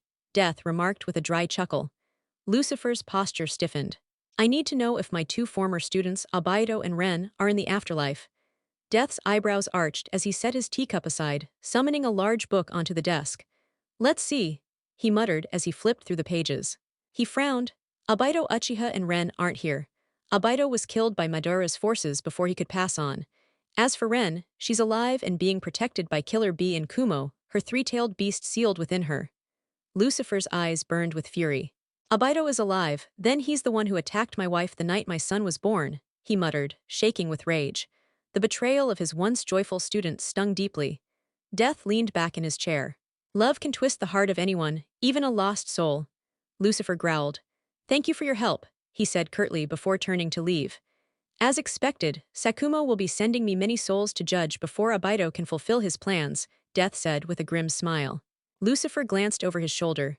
That he will, and it will be most of the Uchiha clan, the elders, the clan head, they'll all fall. With that, he walked out. Back in his office, Lucifer relayed the news to Kushina. Abido and Ren are alive. Ren is in Kumo and Abido is posing as Madara. We have a traitor among us. Kushina froze. I'm going to murder that bastard, she screamed, shaking the very foundations of hell with her fury. Elsewhere, Tobai, wearing his orange spiral mask, stood quietly watching Pain as he discussed his plans with the Akatsuki. Suddenly, he felt a chill run down his spine. It's as if someone pulled me from my grave and set it ablaze. Something's coming, he thought uneasily. Hidden Leaf Village Ruby walked into the training grounds, just as Naruto soared past her, with Sakumo laughing at his son's impressive aerial maneuvers, using his wings to steady himself in midair. All right, brat. Ruby's here, which means I've got orders or she's got something worth showing me, Sakumo said as he stood up and pulled out the towel from his pocket to wipe his face. All right. I'll clean up, Naruto muttered, running inside the house to escape his eccentric uncle. Ruby smirked at Sakumo. Well, darling, I do have something for you. Also, I'm really mad at Kushina. She's ready to go to war, she said, addressing her master. Is that so? Sakumo asked as he walked over to the former witch-turned-hellhound and pulled her into a kiss. Yes, Abido was behind the attack. He also showed up at that ridiculous meeting Fugaku was having tonight, Ruby explained, noticing Sakumo's eyes flash amber for a split second. I see, Sakumo said, pulling away and sitting down on a log near the field. They're having their meeting tonight, during the full moon. My master believes this is the best time for you to strike and eliminate them all, Ruby added, sitting down beside him. This isn't ideal. The angels are away. But I'll make do with Maze, Trixie, and the pack of hellhounds, Sakumo replied, running a hand through his raven hair. I wished you'd let your hair return to its beautiful silver, Ruby said, running her fingers through his hair. Sakumo smirked. You know I can't do that. My son's still alive and seeing me alive after my supposed death, especially after Lucifer's death, would push him over the edge, he explained, leaning back and catching her lips in a kiss. You do realize there's a teenager running around the house, right? And he's got friends over at any given moment, Trixie said, giggling at the couple. He's old enough, Sakumo pouted at the girl, who gave him a playful look. Looks like the boss has a mission for us, Trixie asked as she walked over to the pair, with Maze emerging from the house upon hearing the word mission. Yes, orders came through to eliminate all the elders and the Uchiha clan heads who are backing this foolish plan. Tonight is the night. It's the full moon, and we might even catch the fake Madara, Ruby said, a grin forming on Trixie and Maze's faces. Kurama was perched in a tree, overhearing the conversation. Sounds like a solid plan. I'll keep an eye on the kid, and the angels should be back tonight, he said, jumping down to join them. All right, that's the plan. Ruby, get the pack ready. We'll meet at 11:30 outside the Uchiha shrine, Sakumo instructed. Ruby nodded and vanished in a flash of flames. Things are moving faster than we thought, Trixie said, crossing her arms and standing before them in her adult form. They've revealed their hand. If they take control of the village, who's to say they won't just use Naruto as a weapon or treat him like an animal? Maze said, glaring up at the sky. That's why we're here, to tip fate back in our favor, Sakumo replied, and the others nodded. Tonight, many secrets would be revealed, and some things hidden in the dark would finally come to light. Uchiha District Sasuke sat at the kitchen table, listening to his mother speak while looking over a scroll she'd given him. Sasuke, I want you to grow stronger than your foolish father and brother. You don't belong in their shadows, she told him, making him look up from the scroll. Okay, Mom. But is this really necessary tonight? Sasuke asked, setting aside the clan law scroll. She sighed and glanced at her youngest. Your father might be doing something that could ruin this clan. If it happens, I want you to be protected. If things go south, go to Naruto's family and have them take you in, she instructed. I'll do as you ask, but father's always scheming, and nothing ever comes of it. I don't think this one will be any different, Sasuke said, standing up and hugging his mother. Good night, Mom.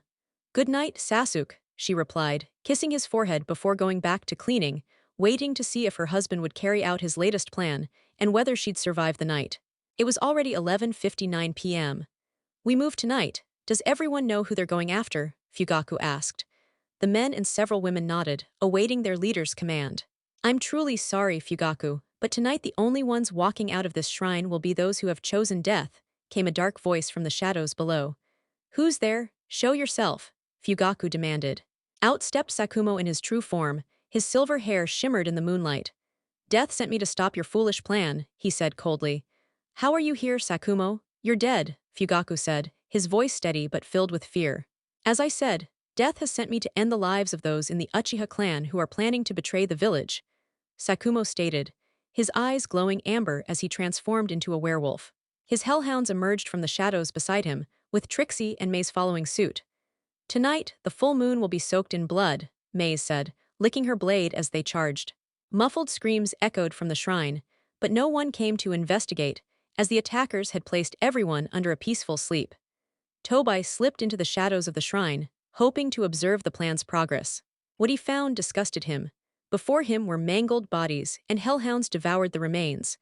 A pleasure to have you with us tonight, Abido, a soft female voice said. He turned to see a young girl sitting against the wall, watching the hounds feast. What happened here, and why are you calling me Abido? I'm Madara Uchiha. Drop the act, Abido. We know you didn't die during the Third War. A deeper voice came from behind him. He turned to find a werewolf standing behind him, tossing a hellhound its latest victim. What are you? Abido asked, fear creeping into his voice. Just a ghost from the past, here to protect the future, Sakumo replied. Well, kid, it's your turn to die, Maze said as she lunged at Abido.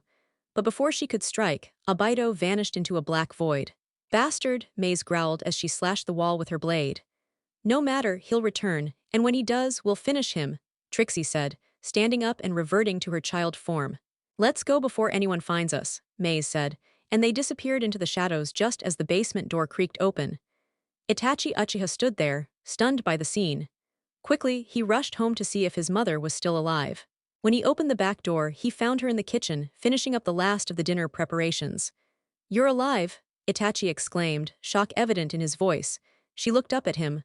What are you talking about, dear? She asked. Father and the others are all dead. There's nothing left but a few body parts and some blood, Itachi explained, his color draining from his face. So someone figured out their plan and took care of them. Good, she replied, turning away from her son to sit down. I told your father it wouldn't end well for him and the others. Itachi stared at her in disbelief. You knew about father's plans and never told anyone. She looked at him as if he were a bothersome child. I went to the Hawkage, but it seems his talks with your father went nowhere. I knew this would happen. Itachi nodded, still in shock. Get some rest. Tomorrow you and I will clean up the shrine, she told him as she stood and began climbing the stairs. Good night, dear. Good night, mother, Itachi said quietly. I wonder who I should thank for taking care of that fool, she thought to herself. It was 6 a.m., and Naruto, Shikamaru, and Ino stood at Training Ground 10, waiting for their new instructors. Maze and Trixie Sensei will be here soon. They said they had to go grab a lazy bum to do his job, said Naruto, grinning. They all knew the two women weren't fans of Kakashi. He was a slacker stuck in the past, and his team was going to suffer if he didn't get his act together. That's fine, gives me a chance to catch up on sleep, Shikamaru said, settling back against a tree and quickly dozing off. Ino flashed a grin at Naruto. You sure have a lazy girlfriend, huh? She teased. Naruto blushed. She's not lazy, he replied, turning away from Ino's teasing smile. So, you're saying she really is your girlfriend? Ino pressed with a Cheshire cat grin. Shikamaru stirred and glanced at Ino with a sharp glare as Naruto's blush deepened. Aye, he stammered, trailing off as Trixie and Maze arrived. Enough, Ino, Maze said, her voice holding a sly edge. We're already working on a marriage contract for them. That was enough to make Naruto pass out, while Shikamaru sat up, glaring at Maze. That's not funny, Maze-sensei, he muttered. Maze just grinned, her eyes gleaming with mischief as Trixie nudged Naruto awake with a bowl of ramen. All right, you three. Normally, I'd test you, but I already know your strengths and it'd be pointless. So, you're good to go. We'll start with what I want to train you in, plus those annoying D-rank missions. The sooner we get through them, the sooner we can tackle a C-rank mission, she explained. Trixie nodded along. Most likely, I'll be handling those D-ranks with you. Maze will get bored and probably cause trouble somewhere. She'll end up at T&I, giving Ibiki a headache right alongside Anko, Trixie added with a smile. I'm glad we don't have to do the bell test I read about in Dad's notes, about how his sensei tested his team's teamwork, Naruto said, flashing a fox-like grin. Both Shikamaru and Ino shot a look at their blonde teammate. You knew about the test? They asked in unison. Yeah, it's common for us to be tested on teamwork, and the usual test is either the bell or tracking. But we're not a tracking team like, I dunno, Team 8, and not like Team 7 either, Naruto explained. Maze grinned. Well, you're right, Team 8 will be handling tracking with one heavy hitter. Team 7's got a frontline setup, a tracker, and hopefully a medic once that fangirl stops acting like a kid, she said, half amused. So, what about us? Ino asked, unsure if she was ready for the answer. We're going to be first responders with a focus on interrogation and infiltration, and we'll have a heavy hitter, Maze said, her grin widening. So, we're getting T&I training at the genin level, Shikamaru sighed. Troublesome? Yep, that starts in a week. Anko and Ibiki will join us too. Ibiki's curious if Ino's got what it takes to take over her father's job, Maze said with a smirk. Ino smiled. I would love to take over Dad's role, but learning poisons is so much fun. I'm not sure if I want to work in T&I, she admitted. In T&I, you get to test poisons on prisoners on death row, Trixie baited her, knowing exactly what would happen. Ino's eyes widened. You're joking, right? She asked, shocked. Nope, you should see how much Anko enjoys it, Maze said with a devilish grin. Well, now I'm definitely thinking about taking over Dad's job, Ino said, her smirk mirroring Maze's. All right, let's decide. We can either tackle D-ranks first thing or start with training. I think training first makes sense, then we can handle D-ranks after lunch, and Maze can go off and mess with Ibiki, Trixie suggested, smiling at her longtime friend. I say we start with morning training, it's cooler and easier on us. Afterward we'll get those chores done that Maze won't bother with, Naruto said, smiling. Troublesome. We'll be sore before we even get to the missions, Shikamaru muttered, glaring at Naruto. Once we finish with the missions, we'll head back to our compound and see what other skills you girls want to work on. Naruto's already studying sealing and kenjutsu, along with other weapons, to be well-rounded, Maze said, eyeing Ino and Shikamaru. I need to learn more jutsu and fighting styles. My clan style leaves me wide open, Ino said, still thinking it over. We'll work on that in the mornings and evenings. We want you all to be well-rounded, Trixie said, smiling at the blonde. I need to build up my chakra reserves and stamina. My family jutsu drains me too much when I try to hold someone down like Naruto. I also need more jutsu and weapons for when I run out of chakra. I don't want to be seen as weak, Shikamaru admitted, looking a bit irritated at the idea. Good self-awareness. We'll work on that. And I've got some people fetching extra summoning scrolls while they're out on missions. I want my team to be as complete as possible. If you three can surpass the Senin, even better, Maze said, her grin widening. All right, kids, 10 laps around the field to start off light. By the end of the week, I want you doing 25 laps, and every week after, it'll go up by 5. After that, we'll focus on chakra control with tree walking or water walking, Maze ordered, throwing kunai at the genin to get them moving. You don't have to throw kunai at them, Trixie said, watching Maze's antics. I know, but it's more fun this way, Maze replied with a grin. And so, their journey as shinobi began. They were at the bottom now, but nothing would stop them. They would rise, and they'd be damned if anyone got in the way of their journey to greatness. The Celestials had returned with 4 summoning scrolls they had discovered on their missions beyond the village. Naruto sat outside with Kurama, working with the fox summons, as a black and white fox pup ran circles around the mighty lord of all Biju and fox summons. Naruto looked up to see the 3 Celestials walking into the courtyard. Hey everyone, he called out, a wide grin on his face. Amenadiel smiled at his nephew, Azrael waved at him, and Uriel simply nodded his head in acknowledgement. How has your training been going, Naruto? Amenadiel asked as he approached his nephew. It's been going well. It's just that the old man's been sending you 3 out of the village a lot. Sakumo's been doing his best to train me in my celestial powers. Along with Kurama here, Naruto replied, glancing over at Kurama, who was still playing with the kits. What does a werewolf and a fox know about celestial powers? Uriel scoffed, growing impatient with the humans. He'd much rather be back in Silver City. You'd be surprised what one learns over the years, Kurama replied coolly, looking up at Uriel, clearly not interested in his opinion. He was ready to tear the angel to shreds if the situation called for it.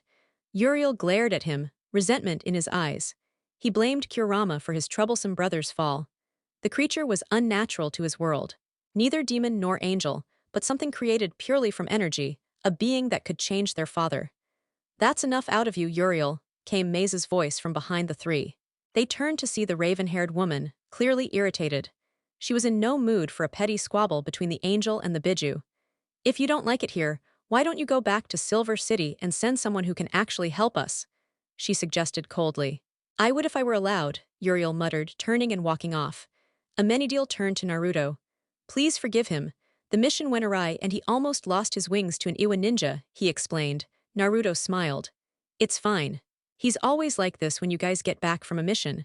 I've even told the old man to make him a desk worker. Uncle Uriel's too old to be out there playing with the young ones, he said. Amenadiel chuckled. Well said. Sometimes, us Celestials do need to step back from fieldwork and focus on rebuilding our strength. It may be time for that for him once again. Azriel glanced skyward. Father, it may be time to recall my brother. I don't think things will end well for him here, she silently prayed. Silver City God, watching over his children and his grandson, heard Azriel's prayer. He agreed. Uriel had been distancing himself from the others, especially Naruto.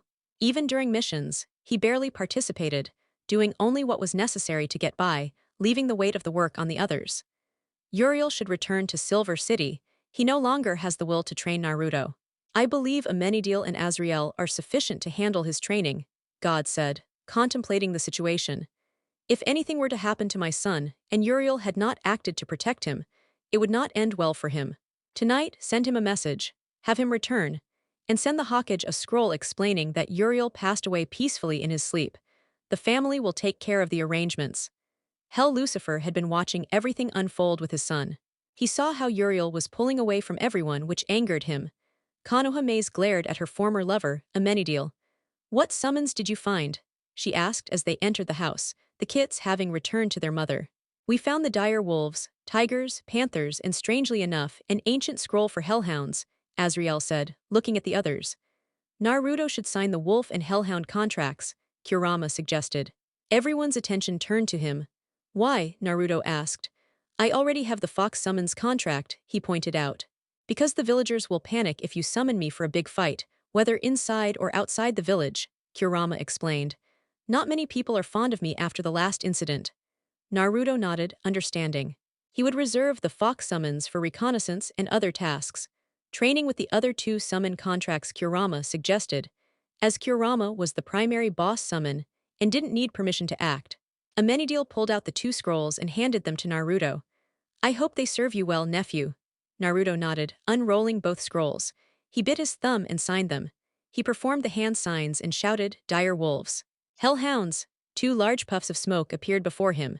There stood Cerberus, the 3-headed hellhound, and Chaos, the leader of the dire wolf pack.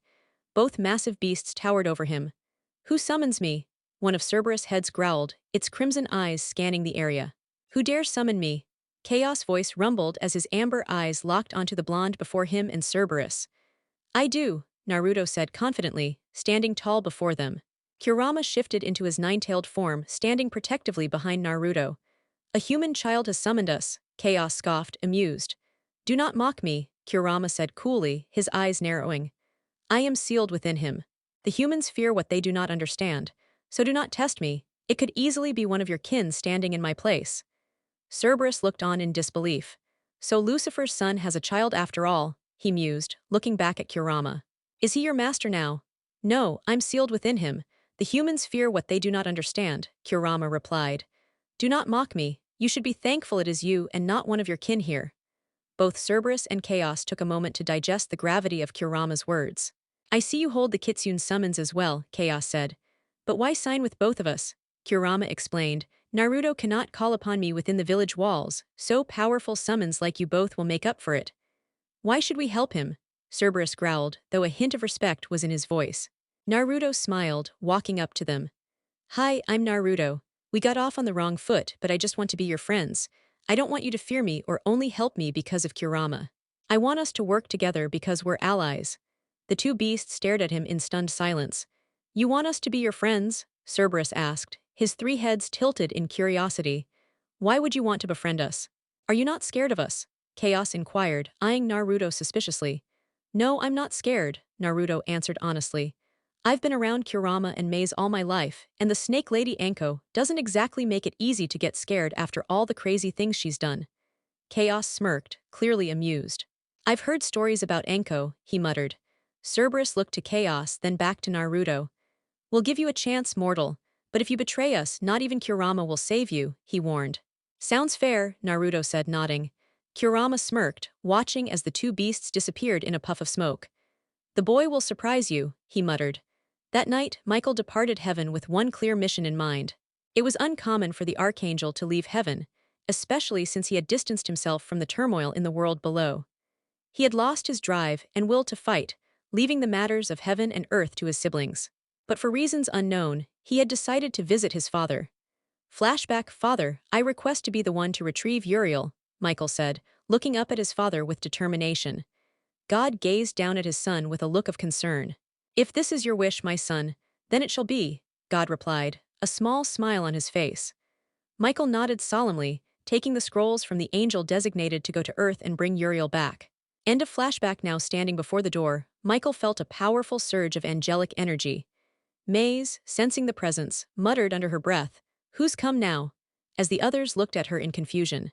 What's going on, Aunt Maze? Naruto asked, puzzled. She glanced at him.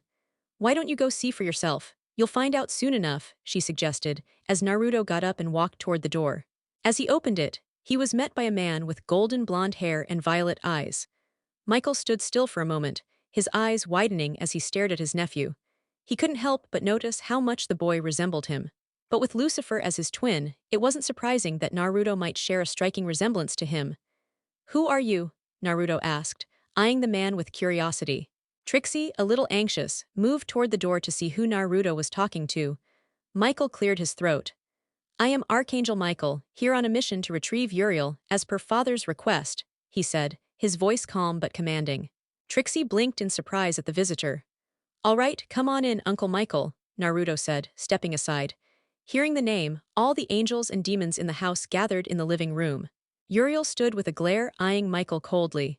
What do you want, Michael? Uriel asked, his tone laced with disdain. Michael's eyes hardened. I'm here to bring you back to heaven before Lucifer escapes hell and tries to kill you again, he said, his patience thin. Uriel narrowed his gaze. Who ordered this? He demanded. Father, he's been watching you neglect your duties and he wants you to return.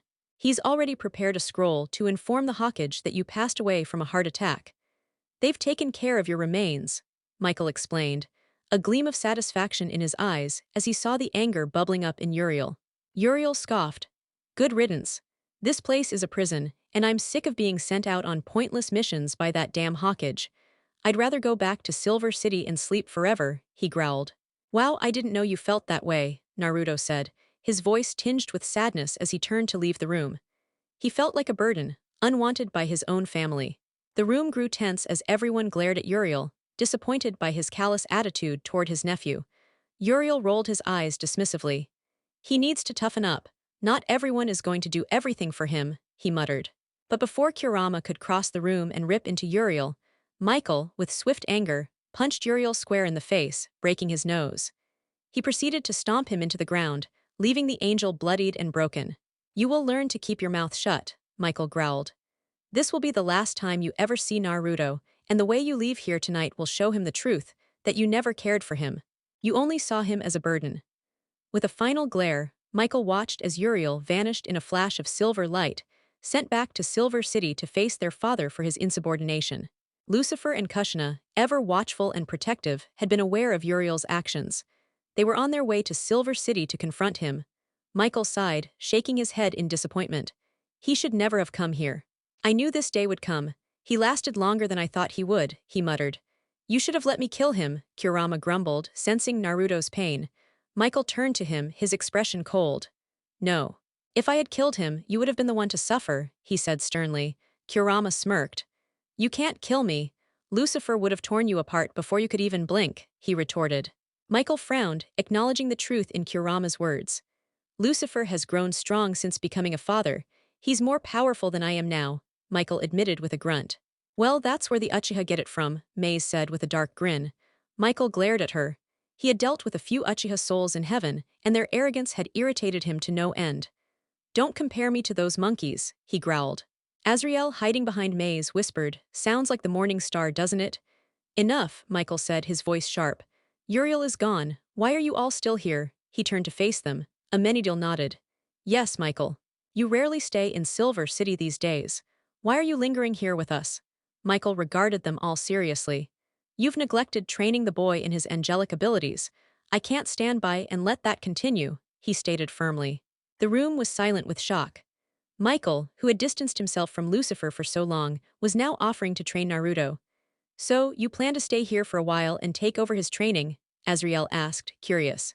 Yes, Michael said, but I won't become a shinobi. I answer to no one but Father. The others exchanged glances and nodded in agreement. Kurama sighed, clearly uninterested in dealing with the rigid Archangel. He just wanted Lucifer to return and deal with the situation. At least the demons had shown more care toward Naruto than Uriel or the angels ever had. He would tolerate Michael for now, but he could already sense the tension building. Just leave the kid alone for now, Kurama said. He needs rest and time with his team. Afterward you can begin his training. Very well, Michael agreed, his tone cold but resolute. He turned to Amenadiel. Take me to Uriel's old room. The next day, Naruto rushed to Training Ground 10, eager to begin the day's training with Trixie. Maze was needed elsewhere, but Naruto was excited to get started. Sitting under a tree, Ino and Shikamaru were chatting. Well, more like Ino was talking, and Shikamaru was trying to take a nap, but she was getting restless. Hey, Naruto said as he appeared before them. Both of them looked up. Hey Naruto, said Ino with a smile, while Shikamaru simply gave a lazy nod. Naruto grinned at both of them. I have a gift for you too, he told them, unsealing two scrolls from his left forearm. One had a black strap with a large cat design, and the other had an orange and black strap with a tiger picture. Ino perked up, clearly excited. You got us something? She asked eagerly. Shikamaru raised an eyebrow, curious. What did you get us? He asked, wondering what Naruto had in mind. Naruto's grin widened. My Aunt Azriel and Uncle Amenadiel found these summoning scrolls, and I thought you two would make good summoners. They both stared at him wide-eyed. Are you sure about this? Ino asked, still in shock. Yeah, Shikamaru added. Summons are rare and you're just giving them away. I want you both to be stronger, Naruto explained, his expression serious. I already have 3 summoning contracts. My family didn't want them, and if I just leave them in the library they'll collect dust, so I figured why not share them with my friends. You have 3? Shikamaru asked, raising an eyebrow. Yeah, Naruto said. One of them's not exactly something I can use in the village. Actually, any of my summons would probably give the villagers heart attacks if they saw them. He laughed, shaking his head. Ino, still curious, tilted her head. But still, why give them to us? Naruto's grin returned. Because I know you'll make good use of them. He turned to Shikamaru. Shika, I want you to have the panther summons. They're stealthy and dangerous, moving from the shadows. Then he looked at Ino. And Ino, I want you to have the tiger summons, strong and graceful just like you. Ino blushed at the compliment, while Shikamaru rolled his eyes at Naruto's cheesy grin. Each girl took a scroll and stared at it for a moment, waiting for Naruto to explain what to do next. All right, Naruto said. Open the scroll, write your name in blood, and then leave your handprint in blood. Make sure it's your dominant hand, the one you'll use most for summoning. Once you're done, I'll show you the hand signs. Then, you'll focus as much chakra as you can into the scroll and wait for your summons. Be prepared, though some summons might want to test you first. The 2 girls nodded, following Naruto's instructions. After about 30 minutes of practice, they finally managed to gather enough chakra to summon their new beasts. With 2 massive poofs of smoke, the boss summons appeared. Who dares to summon me? Growled a massive panther, its left eye scarred. Who has found my scroll? Asked a large white tiger, looking at the 2 girls. We do, Ino and Shikamaru said in unison. The panther, now named Shiba, locked eyes with Shikamaru. Who calls upon Shiba of the Panthers? She demanded. I do, Shikamaru replied confidently, standing tall. A little fawn thinks she can summon one like me, Shiba scoffed. Shikamaru narrowed her eyes. I may be a fawn now, but I'll soon be a strong doe, the head of my clan, she said firmly. Shiba's smirk softened. Very well, cub. I will allow you to summon us. But remember, if you cross us, there will be consequences. And your mate and his summons won't be able to save you. Hey, I never said I was going to call him for anything, Naruto grumbled, glaring at Shiba. I know, Cub, she said with a smirk. But that bastard always lurks in the shadows. Knowing him, he'll try to get his way one way or another. Just then, Kurama leaped down from a nearby tree, glaring at Shiba. Damn you, Shiba. The kit's mate and friend weren't supposed to know about me yet, he growled, his eyes flashing crimson. The tiger, who had been silently observing, stepped forward. It seems you never change, Kurama, he remarked with narrowed eyes. Kurama smirked. Still bitter about losing to me. Well, I should be asking if you're still sore from losing to my baby brother, the One-Tail. The tiger growled. Shukaku just got lucky. Ino and Shikamaru watched, bemused by the exchange between the fox and the tiger, wondering what was going on. Yurei, the tiger boss, turned to Ino. So, little flower, do you think you're strong enough to summon us? Ino balled her fists, determination in her eyes. My name is Ino Yamanaka, and yes, I do believe I'm strong enough.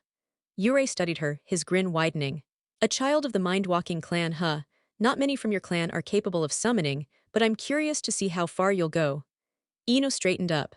My clan may not be the strongest, but we have heart. We'll never give up on our friends or abandon our duties. I'll stand on equal ground with my teammates and become the future head of my clan.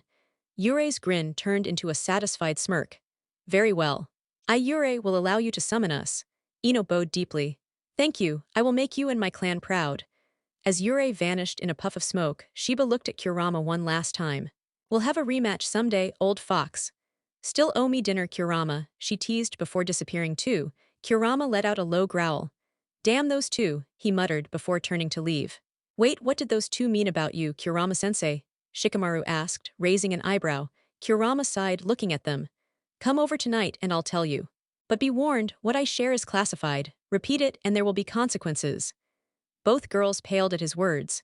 With a final swirl of flames, Kurama disappeared. Naruto grinned. I can't wait until we train with our summons. Uncle Kurama says that if they allow it, we can become sages, like how Jiraiya is the toad sage. The two girls nodded, already overwhelmed by the future that Naruto had planned for them. Trixie approached her team as she noticed Kurama leaving in a blaze. Hey everyone, she called, getting their attention. Good morning, Trixie-sensei, Ino and Shikamaru said in unison, while Naruto grinned and waved at his aunt. Trixie returned the smile. So, what happened for Kurama to storm off like that? Naruto rubbed the back of his head nervously. Well, let's just say the girls' summons revealed some things, and now Kurama wants to meet with them later to discuss a little secret of ours, he said, looking a bit uneasy. Trixie nodded understandingly. This should be an interesting turn of events, she commented. She turned her attention to the others, who were clearly confused. Don't worry too much about it. You'll all find out soon enough, she said with a casual wave. The others nodded, unsure of what to make of it all. Meanwhile, Michael stood hidden in the shadows of a tree, observing his nephew interact with the girls and keeping an eye on the summons. He's chosen a strong one, but will she handle the truth of his origins? He pondered. Kurama appeared beside him. You know, it's not cool to stalk people, Kurama remarked with a sly grin. Michael shot him a glare. I'm watching the boy, I need to know what I'm up against, he said, his tone cold. Kurama chuckled. You don't have to worry. I've already been training him in his angelic powers whenever the others aren't around. When they come back, they'll work with him, just like that lazy fool, he grumbled. Michael scoffed. What would a demon like you know about discipline? I know more than you think, little angel, Kurama shot back, leaping from his perch as Michael swung his fiery sword at him. Keep it up, little angel. Lucifer will be here soon enough. Neither my life nor his sons will be in danger. Our fates are bound, even if your father changed the sealing process slightly. Kurama vanished, leaving Michael fuming. Michael muttered to himself, then refocused on Naruto, who was now hovering in the air. His wings, a stunning blend of black and white feathers, spread out beautifully behind him. Michael's eyes widened in surprise. The boy. He's pure, yet his wings, those are his father's. Naruto smirked, staying airborne longer than usual before his wings faded, and he dropped back to the ground with a loud ouch. He groaned, rubbing his back and head where he had crashed into a tree. I really hate that I can't keep them out longer, he complained to Trixie. It's fine, Naru-chan. You'll get better training now that your Uncle Michael's around. I wish I had taken wing training more seriously when I was younger, Trixie admitted, looking away sheepishly. She had always been different, with her soul yearning for a path that many would deem impossible. That's some impressive bloodline, Naruto, Ino remarked, admiring his wings. Naruto blushed slightly. Thanks, Ino, he muttered, scratching his head. Shikamaru observed quietly, wondering about the strange things that had always set Naruto apart. Her boyfriend's mysterious bloodline made her wonder what secrets he was keeping. But she refused to judge him, she just wanted to understand him better. Meanwhile, at the Hawkage Tower, Kurama appeared beside Sakumo and Amenadiel. "You guys ready to wrap this up?" he asked. "It's better to handle it now than later. This could cause more trouble down the road," Sakumo replied, tapping into his inner Nara. With a shared nod, the trio made their way to the Hawkage's office, each lost in their own thoughts. As they climbed the stairs, they knew that what was about to happen would change everything. Upon arriving, they knocked on the door. "Come in," came the response. They entered to find Sarutobi at his desk, paperwork scattered around him. His ANBU had already left, and the elderly Hawkage greeted them with a smile. "Sakumo, Kurama, and Amenadiel, what brings you here today?" Amenadiel stepped forward, holding a scroll. "I bring unfortunate news. Uriel passed away last night from a heart attack. We've handled the cremation," he said, handing Sarutobi the scroll. Sarutobi's expression softened with sympathy. "I'm truly sorry for your loss. He didn't seem well when you returned last night." Amenadiel nodded, unwilling to say more. Sakumo then stepped forward. "As for the Uchiha issue, I took care of it, those who plotted against the village. They're no longer a problem." His eyes flashed amber as he spoke, recalling the screams of those who had tried to betray Konoha. Sarutobi paled, his voice shaking slightly. "I didn't know you were involved in that." Sakumo gave a sly smirk. "I have my own sources. I'm not afraid to get my hands dirty if it means protecting the ones I care about," he said, making it clear who he was referring to. Naruto. Kurama leaned back with a smirk. "Now, what I'm about to say might be shocking, so don't have a heart attack on me, old man." Sarutobi raised an eyebrow. "What are you talking about, Kurama?" Kurama took a seat, his expression serious. "There's a reason I've stayed close to Naruto. Haven't you ever wondered why?" Sarutobi nodded slowly, finally asking the question that had been plaguing him. "Yes, I've always wondered, and I've asked around. No one has had the answers. Until now." Kurama looked at the Hawkage with a serious expression. "Naruto is my Jinchuriki. I was sealed within him that night, and it was a secret that Minato and Kushina kept to protect him. My seal allows me to leave him temporarily, and I've been entrusted with raising him, making sure he grows up with a good life," he explained. Sarutobi's eyes widened in shock and fear.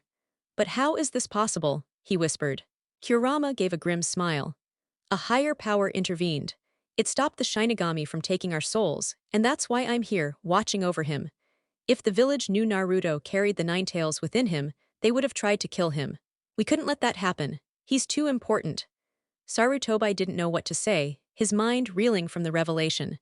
The beast that had destroyed Konoha all those years ago was now tied to Naruto, the boy he had watched grow up. "That wouldn't have happened. The villagers would have respected Minato's wishes," he said to Kurama. Kurama scoffed. "Tell me, how have the other villages treated my siblings sealed in their hosts?" he asked, his voice tinged with bitterness. Sarutobi opened his mouth to respond, but quickly shut it, realizing Kurama was right.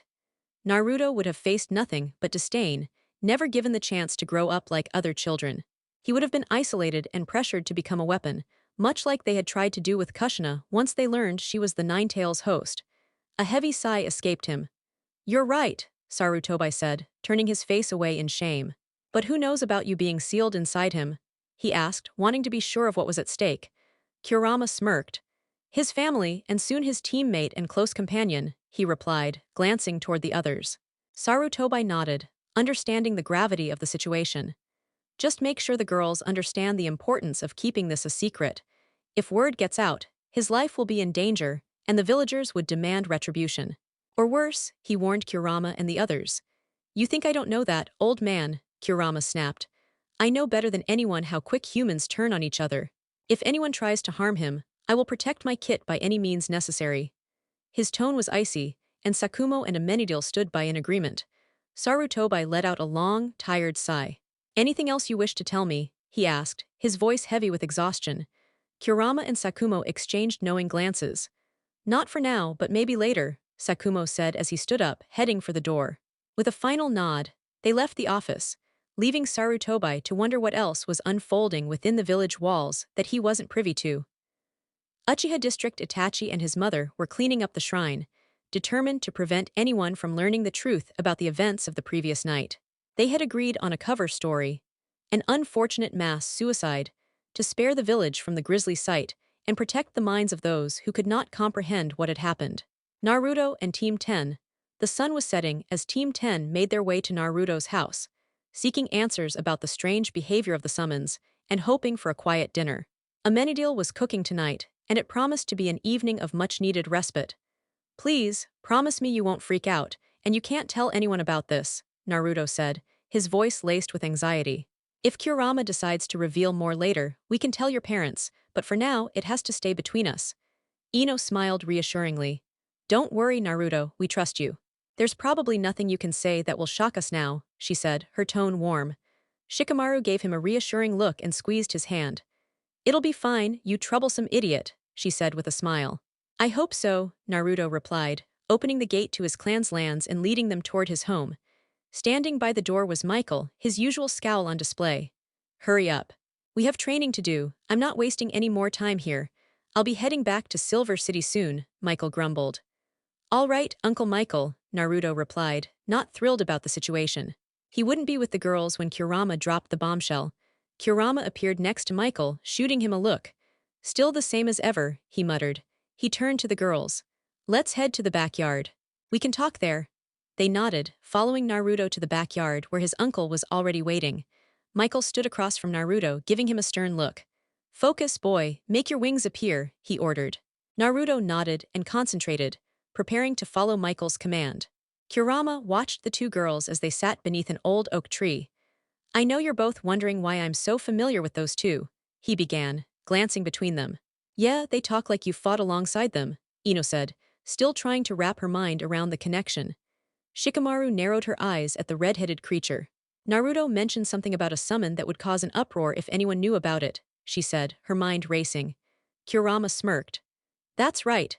I'm the leader of a Kitsune summon clan, and I am also known as the Kyubai no Kitsune, or Nine Tails.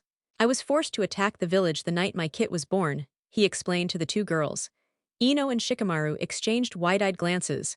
"The Nine Tails? How was this possible?" "But how?" Ino asked, her mind struggling to understand. Kurama's expression grew darker.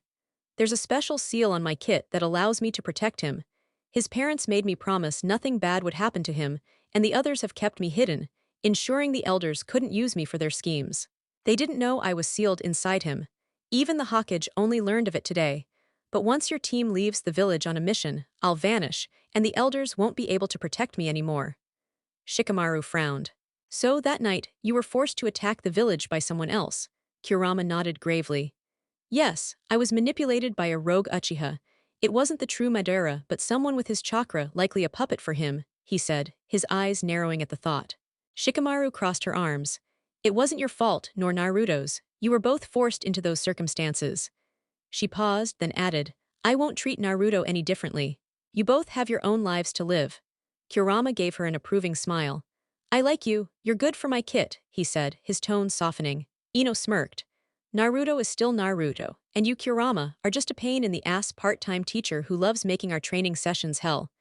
She grinned as she remembered other absurd rumors, including the one about Sasuke. Kurama chuckled, proud of the girls for handling it better than Naruto had feared. "I'm glad you took it better than he expected. He was worried you'd fear him or push him away." Shikamaru leaned back, watching as Michael threw Naruto around in the training ground. "Troublesome? Why would we do that? We've grown up with him, and you've protected us from a few idiots trying to cause trouble before the Uchiha police showed up," she said, her eyes narrowing in irritation. Kurama nodded and grinned. As they watched Michael continue to put Naruto through a grueling training session, the three of them shared a quiet understanding. Silver City Uriel stood before his father, staring up at God with a glare. "Why did you delay in summoning me?" he demanded. God looked down at his son, his disappointment palpable. "Uriel, I believed it would be beneficial for you to spend some time in the human realm. But I see now it was a mistake to involve you with your nephew, my own grandson. You used the time there for your own pleasure, engaging with countless women during your missions, and slipping away when no one was watching. You answered the call of your desires without concern for your nephew's well-being." Lucifer entered, clapping his hands as Kushina followed, her hair floating behind her like it had a life of its own. "Brother, I should have ended you the moment you abandoned my son. But my loving wife advised me to give you a chance, understanding that we all need a release." "Now, even she regrets those words," Lucifer remarked, glancing at Kushina, her crimson eyes burning with anger. Now explain to father and me why you spoke so cruelly to my son, Lucifer demanded, black flames enveloping a sword that materialized in his hands. Naruto and Michael, good, you're holding your ground longer. But you need to cover those openings in battle, Michael said, swinging a wooden sword at Naruto's head. The boy allowed his wings to vanish as he fell, only for them to reappear as he regained his composure in midair. 2 months had passed since Uriel's departure, and the atmosphere in the house had lightened. No longer burdened with A-rank missions, the angels had more free time, offering Naruto support in his training whenever Michael finished his relentless drills. Trixie exited the house. Michael, I need the boy. His team is meeting in 30 minutes, and he needs to eat and shower before we head out on a C-rank mission, she called to the blonde Archangel. Michael looked down at her, his eyes narrowing. Fine, we're done here anyway, he grumbled, landing and wiping the sweat from his face. As he looked up, he caught Trixie staring. Michael smirked, walking past her and pausing just long enough to tease. Do you like what you see? Trixie's face flushed, quickly turning away as she saw Naruto approaching. I'll meet you with the others, she muttered before disappearing. Naruto blinked in confusion but shrugged it off as he dashed into the house, eager for a shower and a quick meal. In the kitchen, he spotted Michael drinking a glass of milk, shirtless. Naruto shook his head and rushed upstairs. Hell, Lucifer stood over a bruised and bloodied Uriel, glaring down at him. You'll regret how you made my son feel, he growled. Uriel spat blood, defiant. I don't care. He's a spoiled brat, expecting everyone to bow to him, he sneered. Lucifer's eyes glowed crimson as his black wings unfurled. Horns grew from his head, and he towered over Uriel. My son has the purest heart, a purity I haven't felt since my own childhood in Silver City. He wanted only to spend time with you and learn from you.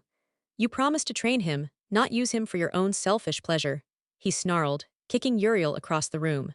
You should be grateful father is keeping me from finishing you off, Lucifer muttered as he turned to leave. Outside the room, Kushina smiled softly at her husband in his devilish form, her hand resting on his cheek.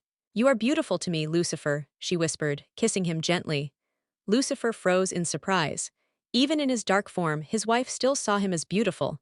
He pulled her into his arms, holding her tightly until his appearance returned to normal. Kushina smiled up at him, her eyes filled with love. Training Ground 10 Naruto ran up to his teammates, his hair still damp from the shower. Hey guys, he called, waving. Shikamaru glanced up from his nap and saw Naruto approaching, while Ino peeked out from behind the training scroll she had been studying. Hey Naruto, Ino greeted, going back to her scroll. Hey Narukun, Shikamaru said, sitting up and smiling. Sorry I'm late, Naruto apologized. They usually met early to train together. It's fine. I had time to review this scroll, Ino said, putting it away. I also got to take a nice nap before those annoying D-rank missions, Shikamaru added with a sigh. Naruto shook his head at her usual laziness. You could have been doing something productive, he teased. Shikamaru narrowed her eyes. I've been training with my father since 6 a.m., and my summons have me up at 5 a.m. running laps. They take after my troublesome mother, she said, yawning. Sounds like my training with Uncle Michael, starting at 4 a.m., Naruto replied, lying down on Shikamaru's lap as she played with his wet hair. It seems your training ran long today, Shikamaru commented, gazing into his eyes. Yeah, we were working more with my wings, practicing aerial battles. Michael says it's important for the future, Naruto explained, stifling a yawn. Despite his desire for a nap, he felt relaxed and safe with his teammates, knowing they would protect him as he would them. As Trixie and Maze approached, they found Team 10 lounging, chatting, with Naruto resting on Shikamaru's lap. All right, brats, we have a mission, Maze announced with a grin. We're joining Team 7 on a simple escort mission to the Land of Waves. Really? Naruto asked, surprised. Troublesome, Shikamaru muttered, not eager to deal with a certain fangirl. Great, Sakura's going to be annoying, and I don't want to deal with her, Ino complained with a sigh. Maze waved them off. It'll be fine, she said confidently. Team 10 waited at the main gates, impatient for the tardy Team 7. Ino sighed, eager to finish her training with her father. Are they always this late? Ino asked, crossing her arms. Just then, Kiba appeared, panting as he ran to the gate, Akamaru following closely behind. Hey, sorry I'm late. Has my team shown up yet? He asked, trying to catch his breath after running from his clan's home. Ino shot him a frustrated look. We've been waiting over an hour. Your client is over there, completely drunk. She pointed at the old man with a pointed straw hat, who was lounging with a white towel around his neck. Kiba raised an eyebrow. I'm only 10 minutes late. Kakashi-sensei said we were supposed to meet at 11. Trixie narrowed her eyes. Really, Kakashi and I were told 10 a.m. at the gates. Just then, Sasuke and Sakura strolled up, both with packs on their backs. Sakura glared at Ino, ready to confront her over the growing tension with her teammate. Ino met her gaze, a grin slowly forming on her lips as she jumped onto Naruto's back, wrapping her arms around his neck and planting a kiss on his cheek. Thank you, Naruto-kun, for everything. Team 7 looked on in shock, staring at Ino and then at Naruto. Ino smirked, her grin widening as she kissed Naruto on the lips. Naruto's eyes widened, returning the kiss and blushing as Ino playfully kissed him again on the cheek. He was caught between the two girls, unsure of what to do. Kiba blinked in shock. Damn, Sasuke just nodded, not sure what to make of the scene. He knew about Ino and Shikamaru, but this unexpected development involving Naruto and the Yamanaka heiress was news to him. That's disgusting, Ino pig. Shikamaru pig, Sakura hissed, turning away. She threw a glance at Sasuke, hoping he might do something similar. Ino and Shikamaru smirked. At least we have someone. You, on the other hand, are just stalking someone who doesn't even care about you. Shikamaru added with a cheeky grin. Ino flushed slightly at her friend's comment, while Naruto blushed brighter, still unsure what to make of the situation. Before a fight could break out, their sensei arrived, darting past them in a hurry. Kakashi wandered the village, having gathered supplies and replenished his shinobi tools. He'd also picked up some food since he didn't feel like hunting on this mission and preferred fresh fruit over MREs. Unbeknownst to him, two figures were stalking him from the shadows. One with amber eyes, narrowing in on Kakashi as he read his perverted book. The woman beside him laughed. He's being late to test you on your warning, she said. Let him learn the hard way. It's a lesson I thought I taught him long ago, the man growled. As the conversation went on, Kakashi continued his stroll, unaware of the looming danger. Suddenly, a figure jumped down from the rooftop, landing before him. Sakumo, his father, now in his werewolf form, growled, Boy, I warned you about being late. Kakashi froze, fear creeping into his chest. No, sir, he stammered. Sakumo stared at him, his eyes flashing crimson. Explain why you've been standing here for the past 20 minutes reading that nonsense, he snarled, grabbing Kakashi by the head with his clawed hands, lifting him off the ground. Kakashi, in a panic, grabbed his father's wrist, his body trembling. I didn't mean to test you, father, he cried. Sakumo pulled him closer, growling low. How long have you known I was back from the dead? He whispered in Kakashi's ear. Kakashi's mind raced. How? He murmured, realizing this demon-like figure was truly his father. Sakumo growled, I'll explain after this mission, but don't go asking Trixie or Maze about me. They'll summon me, and I won't be happy. Without warning, Sakumo threw Kakashi toward the main gates where Team 10 was waiting. The younger shinobi watched in stunned silence as Kakashi slammed into the wall, sliding down to the ground. Fear and confusion flashed across his face. Sakumo's voice echoed, You're a shinobi, be on time and stop slacking with training. The pink-haired girl and that duck-ass boy aren't worth your time. Sakura clenched her fists, fury rising. How dare you? Before she could finish, Sakumo turned to face her, his crimson eyes piercing through her. Do not raise your voice at me, Genin. You're a rookie, and you're nothing but the dirt on the bottom of my boot. Sakura's face drained of color, and she collapsed in fear. Why yes, sir, she stuttered, retreating behind Sasuke and Kiba, who quickly moved away from her. Tazuna, standing at a distance, eyed the beast before him. I must be seeing things after too much drinking, he muttered to himself. Sakumo smirked, No sir, you're not seeing things. This is a rare bloodline from my family that allows me to take this form. Tazuna slowly nodded. If I had more money, I'd hire you to protect me. Anyone who attacked me while traveling would run for the hills. Sakumo gave him an amused look. Don't worry, I'll make sure no one messes with you, he said with a hint of mystery, his thoughts turning to Ruby and her pack. If anything happened, they'd be involved. And if anyone harmed the man, he'd ensure to follow them, no matter the cost. Kakashi had finally recovered and turned to look at his team and Team 10. Where are your supplies? He asked. I've sealed everything in scrolls and ink tattoos, Naruto replied, showing his forearm where the sealing tattoos were. Kakashi nodded and then glanced at the client. Apologies for being late. I had to gather a few things for the mission, he said to Tazuna. Tazuna waved him off. It's fine. Let's move quickly, though. I don't want to travel after dark, given the stories about something that roams the forest on full moons, he said, looking at Sakumo, who responded with a wild grin. A man with raven hair appeared saying, Those would be my summons. My hellhounds like to hunt in the wild during full moons, grinning darkly at the old man. All right, everyone, let's move, Maze commanded, grinning at Kakashi, who nodded back, while Trixie stood beside them in her cute chibi form. Does your team have 4 genin? Tazuna asked as he walked next to Maze, who was casually cleaning her nails with a dagger. Looking at him and then at Trixie, who seemed to catch his eye, Maze replied, No, my sister is a jonin in her 20s. Tazuna's eyes widened. Then why does she look like a child? He asked, uneasy about having a child along for the mission. I can change my body to any size or age I wish, Trixie replied, now standing as a 20-year-old woman with an hourglass figure, smirking at Tazuna. He nodded dumbly, and Sasuke and Kiba couldn't help but stare at her, mesmerized by her figure. Sakura frowned, noticing the way Sasuke and Kiba ogled her. After traveling for hours, they were about 3 hours from the coast, at the border between the land of fire and the land of waves. Naruto glanced at his 2 aunts. I'll scout ahead from the air. Something's off and I keep sensing something, he said. Both Trixie and Maze nodded. Kakashi, still puzzled about how Naruto planned to take to the air, was taken aback when black and white wings suddenly sprouted from Naruto's back. He flapped them and soared above the treetops. What in the world? Tazuna exclaimed, dropping his sake bottle and wiping his face with a towel. If he survived this mission, he might quit drinking. Konoha's shinobi were not normal, and neither was Team 10. Up in the air, Naruto surveyed the land and spotted 2 men standing a mile ahead. They were going through hand signs before vanishing into puddles of water. Frowning, Naruto contacted them. There's trouble ahead. 2 shinobi are using a genjutsu by the road. They're in puddles, he reported. Maze and Trixie exchanged smirks. So Naruto, do you want to handle them alone or do you think you need backup? Maze asked. Naruto narrowed his eyes. I'll handle it, but Ruby and the others are tailing us. I'll talk to her before I strike, he replied. All right, be careful, Trixie said. We'll stay here until we get the all clear, Maze added.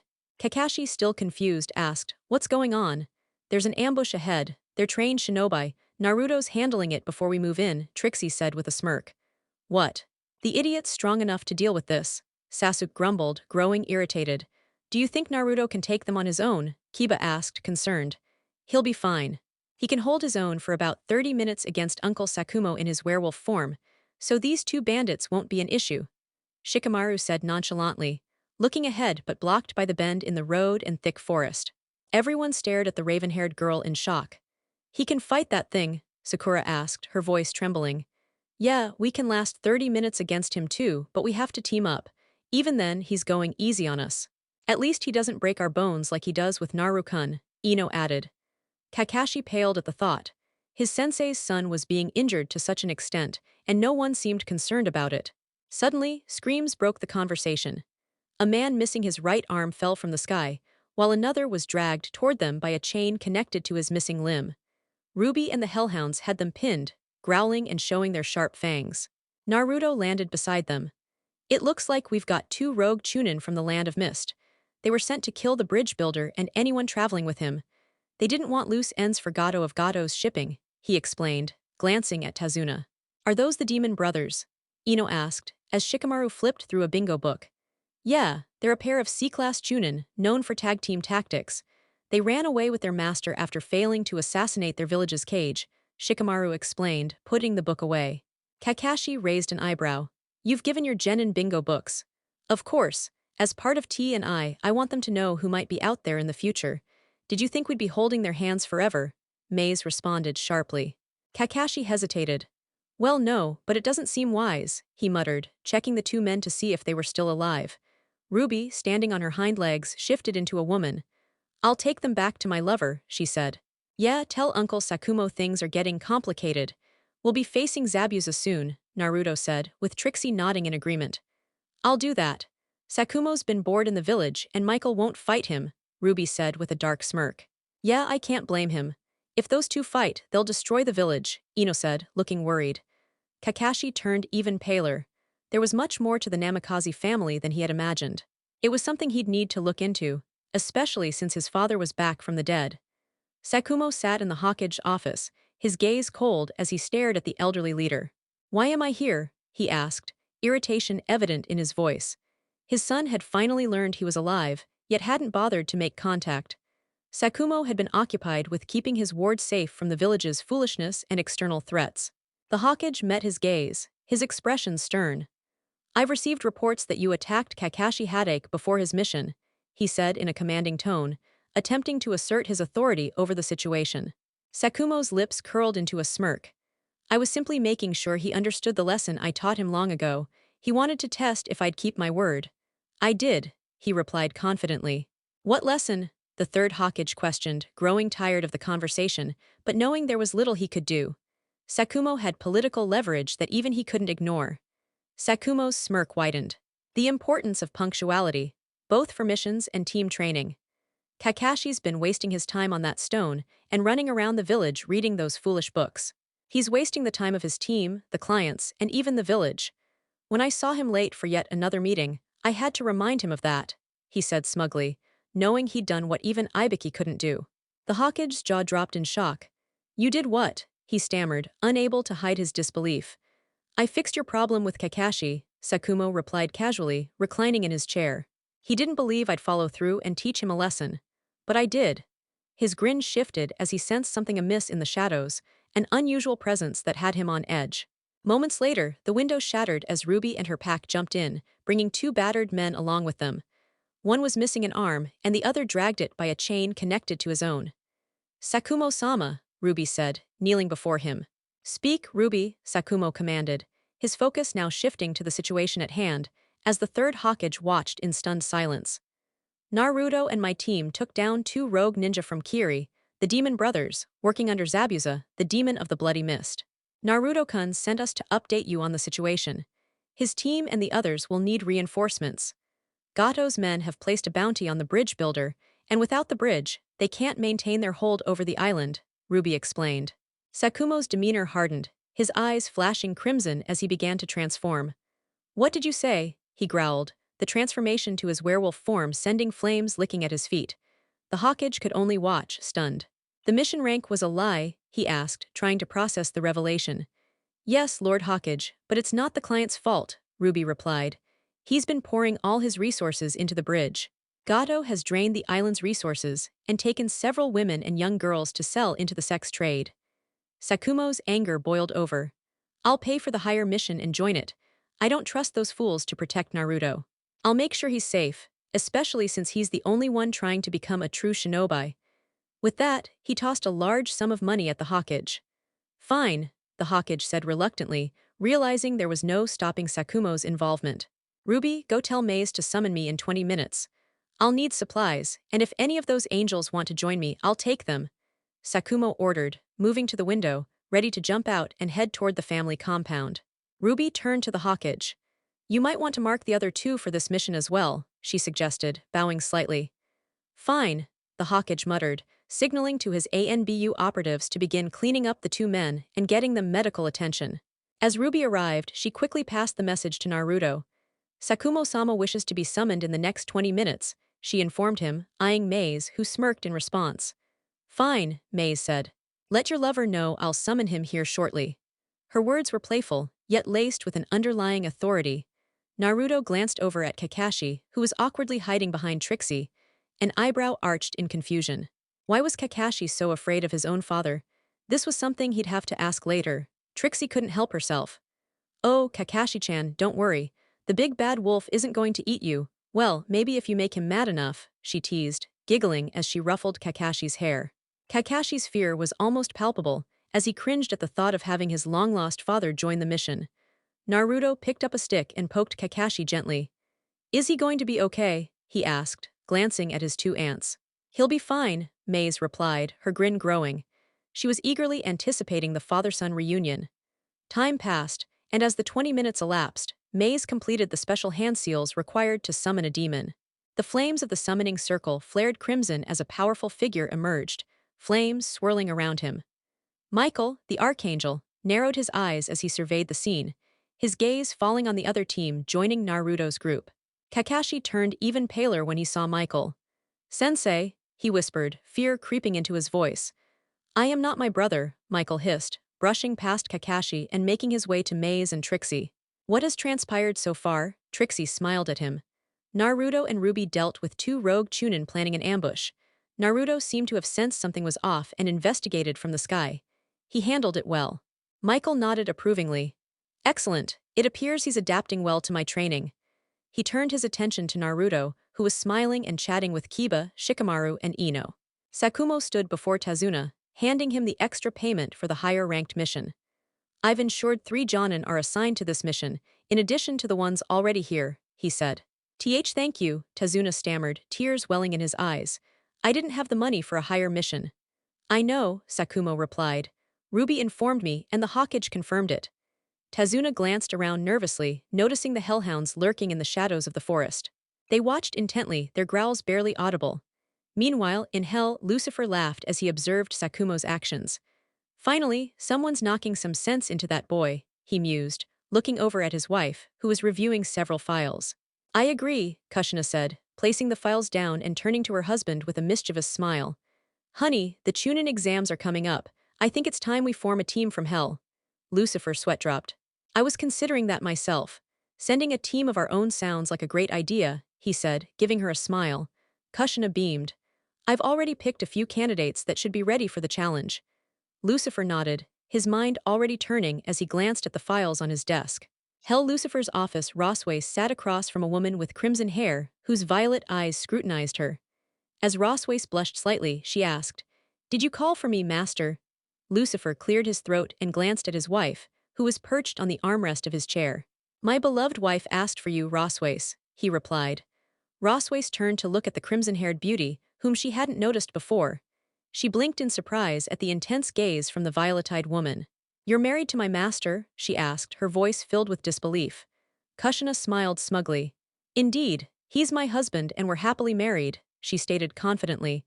Rossways's face fell as the reality set in. She had lost any chance she thought she might have had with the man across from her. Just my luck, he comes back from the human world with a bride. Why did I wait? Oh, right, Maze. She thought to herself, her eyes tearing up as her cheeks reddened. Is there a reason you called for me? Rossways asked after a brief moment of self-pity, looking between the two of them. Kushina's face twisted into a wicked grin, causing Rossways to lean back into her chair. Yes, we have a task for you. We need you to choose 3 teenage devils to go to the human world for the upcoming Chunin exams, Kushina explained. Rossways raised an eyebrow, confused. Chunin exams? And why teenagers? She inquired. She hadn't kept track of the developments in the human world and noticed that many new beings had appeared, but she hadn't cared enough to investigate further. Kushina's eye twitched, clearly frustrated. She glanced at Lucifer, who sighed in resignation. The Chunin exams test a shinobi's skills to determine if they're ready for higher rank.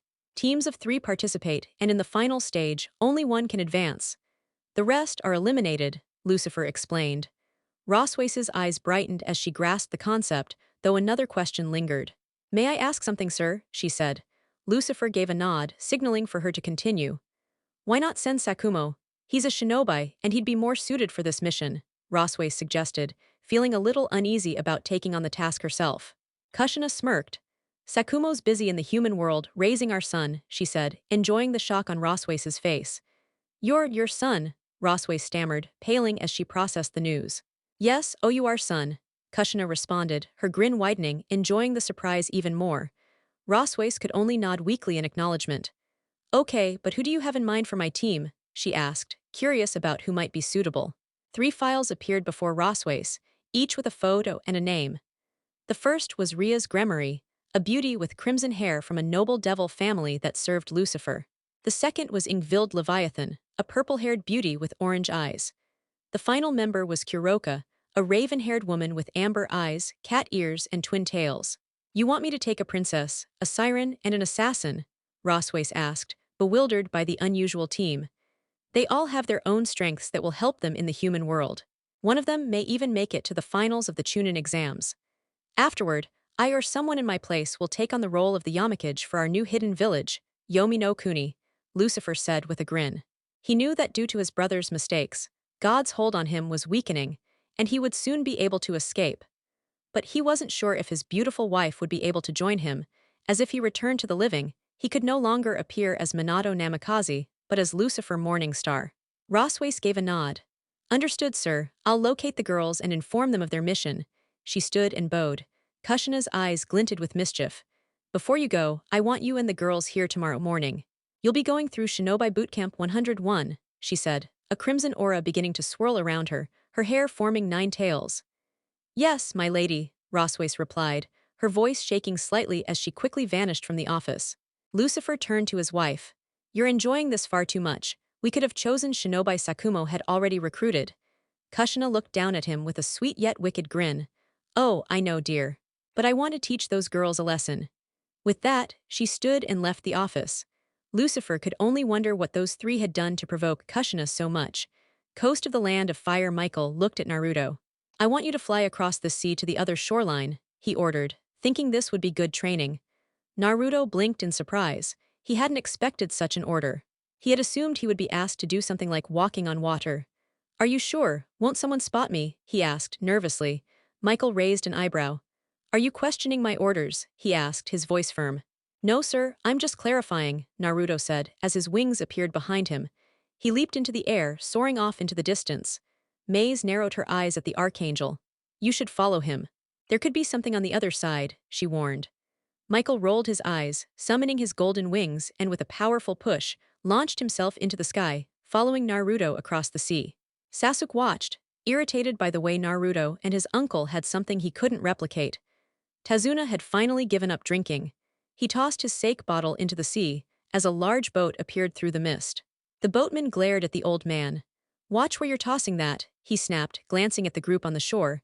"I don't have enough room for all of you." "We'll get across on our own," Trixie called, as wings appeared behind her and the other two angels. "We'll meet you on the other side." The boatman, thinking his sake was bad, tossed his bottle overboard. Naruto flew over the coastline, using the clouds for cover as he scanned for anyone below. Using his chakra, he sensed no immediate threats. He dove into a clearing surrounded by mist, waiting for the others. "Not bad, but you need to pick up speed when descending," Michael's voice came from behind. Naruto turned, his eyes bright. "I know, I'll improve with time," he said, before surveying the area around him. He figured he might as well do some reconnaissance while waiting. Naruto glanced back at his uncle. "I sense someone watching us. They're about a quarter of a mile away," he said, eyes narrowing as he peered into the trees. Michael nodded. "I noticed them too. It's just a child," he replied, his gaze shifting to the others who had gathered to hear him speak. "So, what's our move?" Trixie asked, her wings vanishing as she walked over to Naruto to check on him. "For now, we let them observe. They're likely just scouts for whoever we're about to face," Naruto explained, glancing back at the group as the boat approached the shore. The others nodded in agreement as they saw the other genin making their way up to the shoreline. "You need to be quieter when walking, young one," Michael growled, glaring at the Uchiha boy. Sasuke had clumsily splashed his way to the shore, while Shika, Ino and Kiba had already perfected water walking, standing on the water and observing Sasuke and Sakura, who looked ready to argue with Michael. "If I were you, I'd keep that mouth shut, little girl," Michael warned, summoning a flaming sword that he pointed at the pink-haired girl. Sakura, looking flustered, meekly nodded at his demand. Michael smirked, allowing the sword to disappear. Kakashi watched from a distance, anxiety evident as his father's stern gaze fell upon him. "You'll be training these children properly during our stay," Sakumo growled, his disappointment in Kakashi palpable. "My death and the girls." It broke him too much. If only he knew his one friend still lives, twisted by that monster. He thought to himself, clenching his fists. "We've got eyes on us. We'll proceed cautiously from here on out," Maze said, looking around. The adults nodded, and the genin exchanged uneasy glances. Naruto could sense the fear in Sakura's eyes and the undeniable bloodlust in Sasuke's gaze. Kiba just shook his head, watching as his partner jumped from his jacket and began sniffing the ground. Ruby and the other hellhounds appeared to assist the pup, helping train him further. He was skilled, but there was always room for improvement. With Haku, the boy's eyes widened as he realized they had already detected his presence. "This is bad. Even the chakra mist isn't hiding me," he thought as an ice mirror appeared behind him, and he quickly stepped into it, vanishing. In a clearing near a small lake, a tall man with a sword slightly shorter than his own stood waiting for his subordinate. He looked up as a mirror appeared before him. "Report," he demanded, his gravelly voice cutting through the air. "I was intercepted," Haku explained. "But I saw who's protecting the old man. We've got a problem.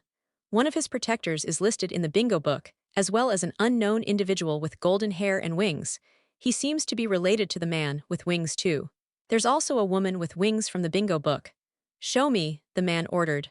Haku flipped to a page in the bingo book and pointed to the entries. "Trixie Namikaze." Age unknown, appears as a child of 9 years old but transforms into an adult around 19 to 21 when enraged. Skills, unknown as no one survives an encounter. Bounty, 50 million alive, 90 million dead. Notable for being with her older sister Maze Namikaze. Approach with caution. Maze Namikaze, age 21 to 23 skills, unknown but proficient with unusual weapons. Bounty, 60 million alive, 100 million dead. Notable for being sought after by the Kazekage of Hidden Sand. Always with her younger sister, Trixie, a sister of Minato Namikaze. Haku flipped to another page.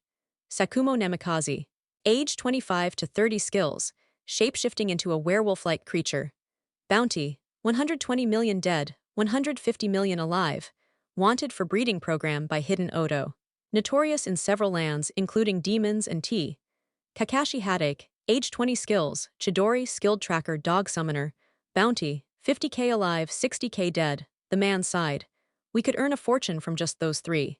Kakashi is insignificant, he muttered. Yes, Zabuza-sama, but it's the unknowns that concern me. Their power far exceeds ours. I don't think my ice can handle Sakumo or the two women, Haku said, looking to his master. If I were you, I'd heed the child's warning. A smooth, dark voice suddenly interrupted from behind. Turning, they saw a woman with blonde hair, her eyes glowing crimson. My master doesn't have time for games with you two.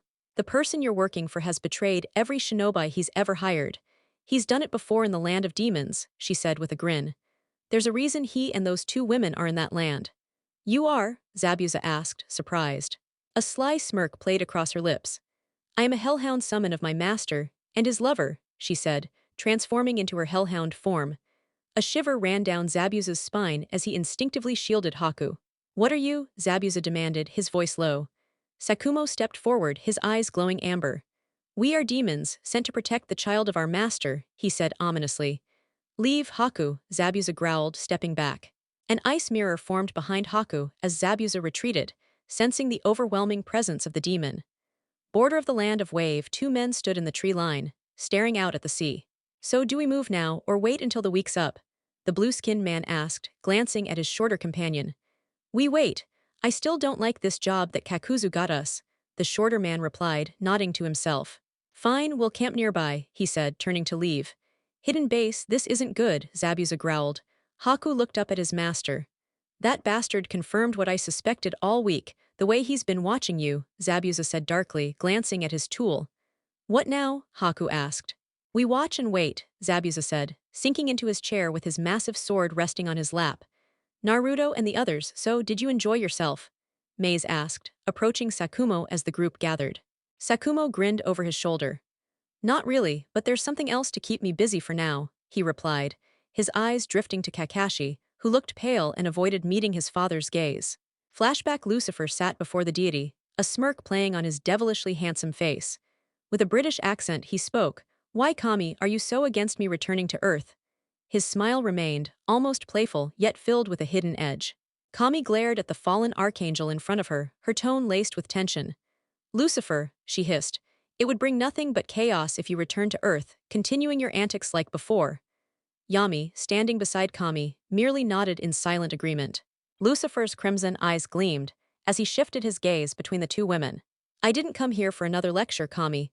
I seek permission to return, but in a new form, he said, his tone now more serious. Yami arched an eyebrow, intrigued.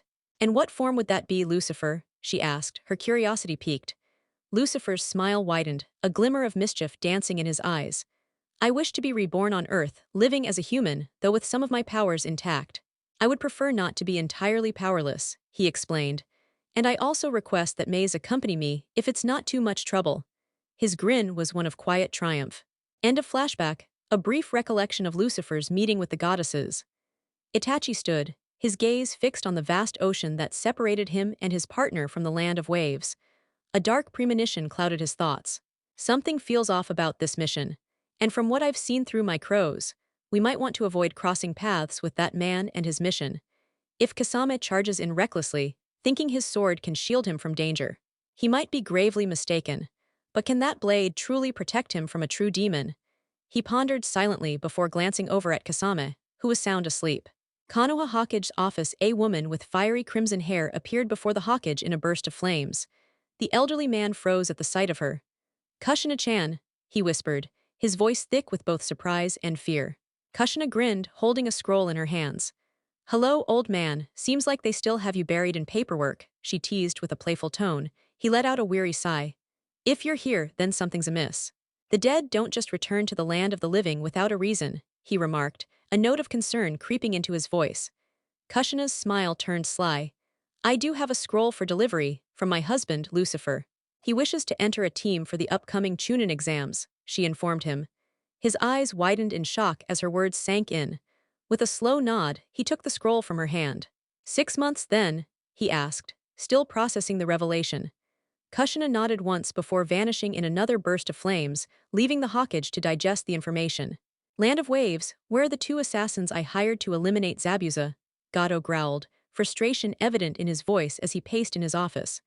I'm not sure, boss. But one of the guards mentioned they saw 2 men in black robes with red markings, lurking in the forest on the land of Fire side, reported a silver-haired thug. Gato's eye twitched with irritation. Those are the 2 I hired to deal with the problem. Zabuza's betrayal will cost him, he muttered, clenching his fists in anger. Send a boat to pick them up. Now. His attention briefly shifted to a chained woman sitting nearby, her beauty both captivating and unsettling. She had arrived on the island earlier that day, and one of his men had brought her to him. With raven-black hair, brown eyes, and skin as pale as porcelain, she seemed an unwilling captive. Now, my dear, Gato purred, his smirk sickening.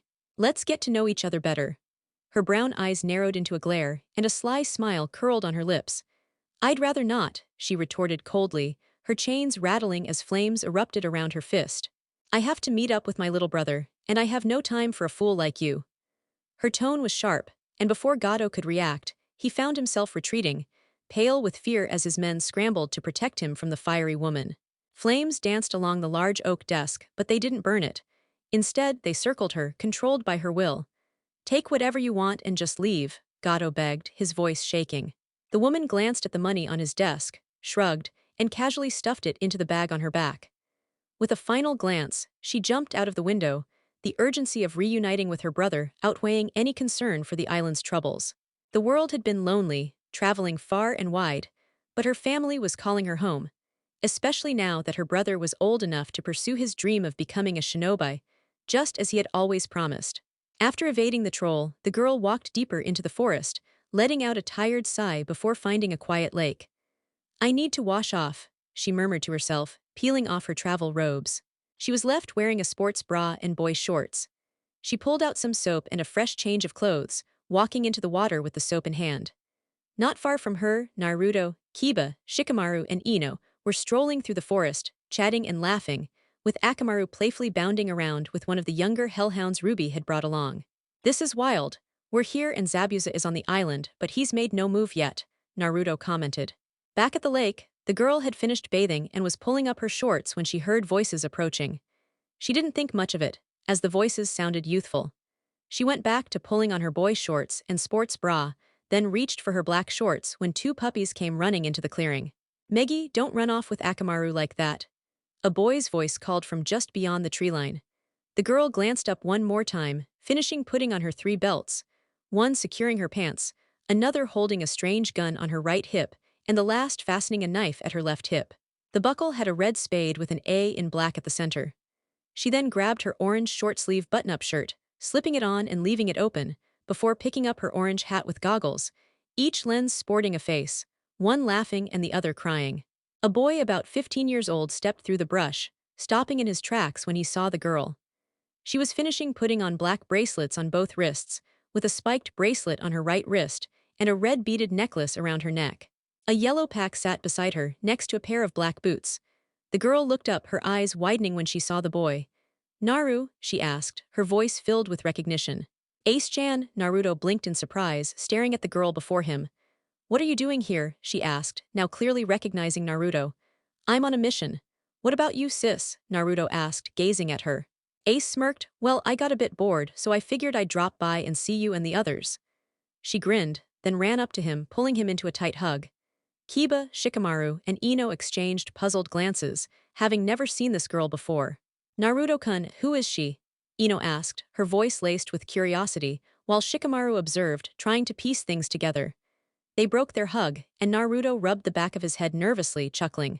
"This is my older sister Ace," he said with a grin. Ace smiled and bowed to the others. "Hello, I'm Portgasnemikaze D. Ace," she introduced herself with a warm smile. The group stood in stunned silence, their jaws dropping. Her name didn't include Uzumaki, so they couldn't help but wonder if the fourth Hokage had another child, or if there was more to the situation than they realized. Ace knew what they were thinking, but decided not to clarify. It was best not to explain that she wasn't from this world, but had been saved by Lucifer and given a new life after being robbed of it in her previous existence. "So, Naru, how's everything back home?"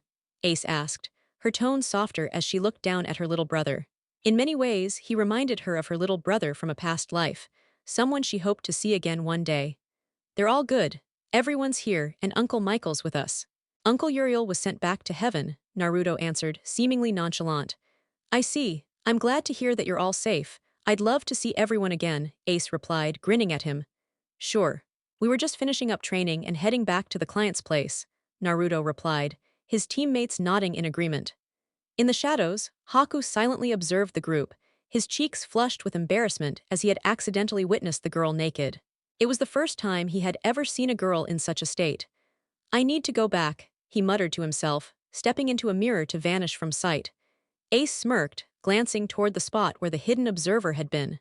"You feel that, Naru?" she whispered, her eyes narrowing. "Yeah, same person who's with Zabuza," Naruto replied quietly. Ace raised an eyebrow in surprise. "You're going to face him?" she asked, lowering her voice so the others wouldn't overhear. "Yeah, but he ran off the moment he faced a real demon," Naruto said with a grin, and Ace chuckled. "Damned old werewolf," she muttered with a smirk. "All right, let's join the others. Maybe I'll help out with this mission." She turned to the others, her tone shifting to something more serious. "Let's go."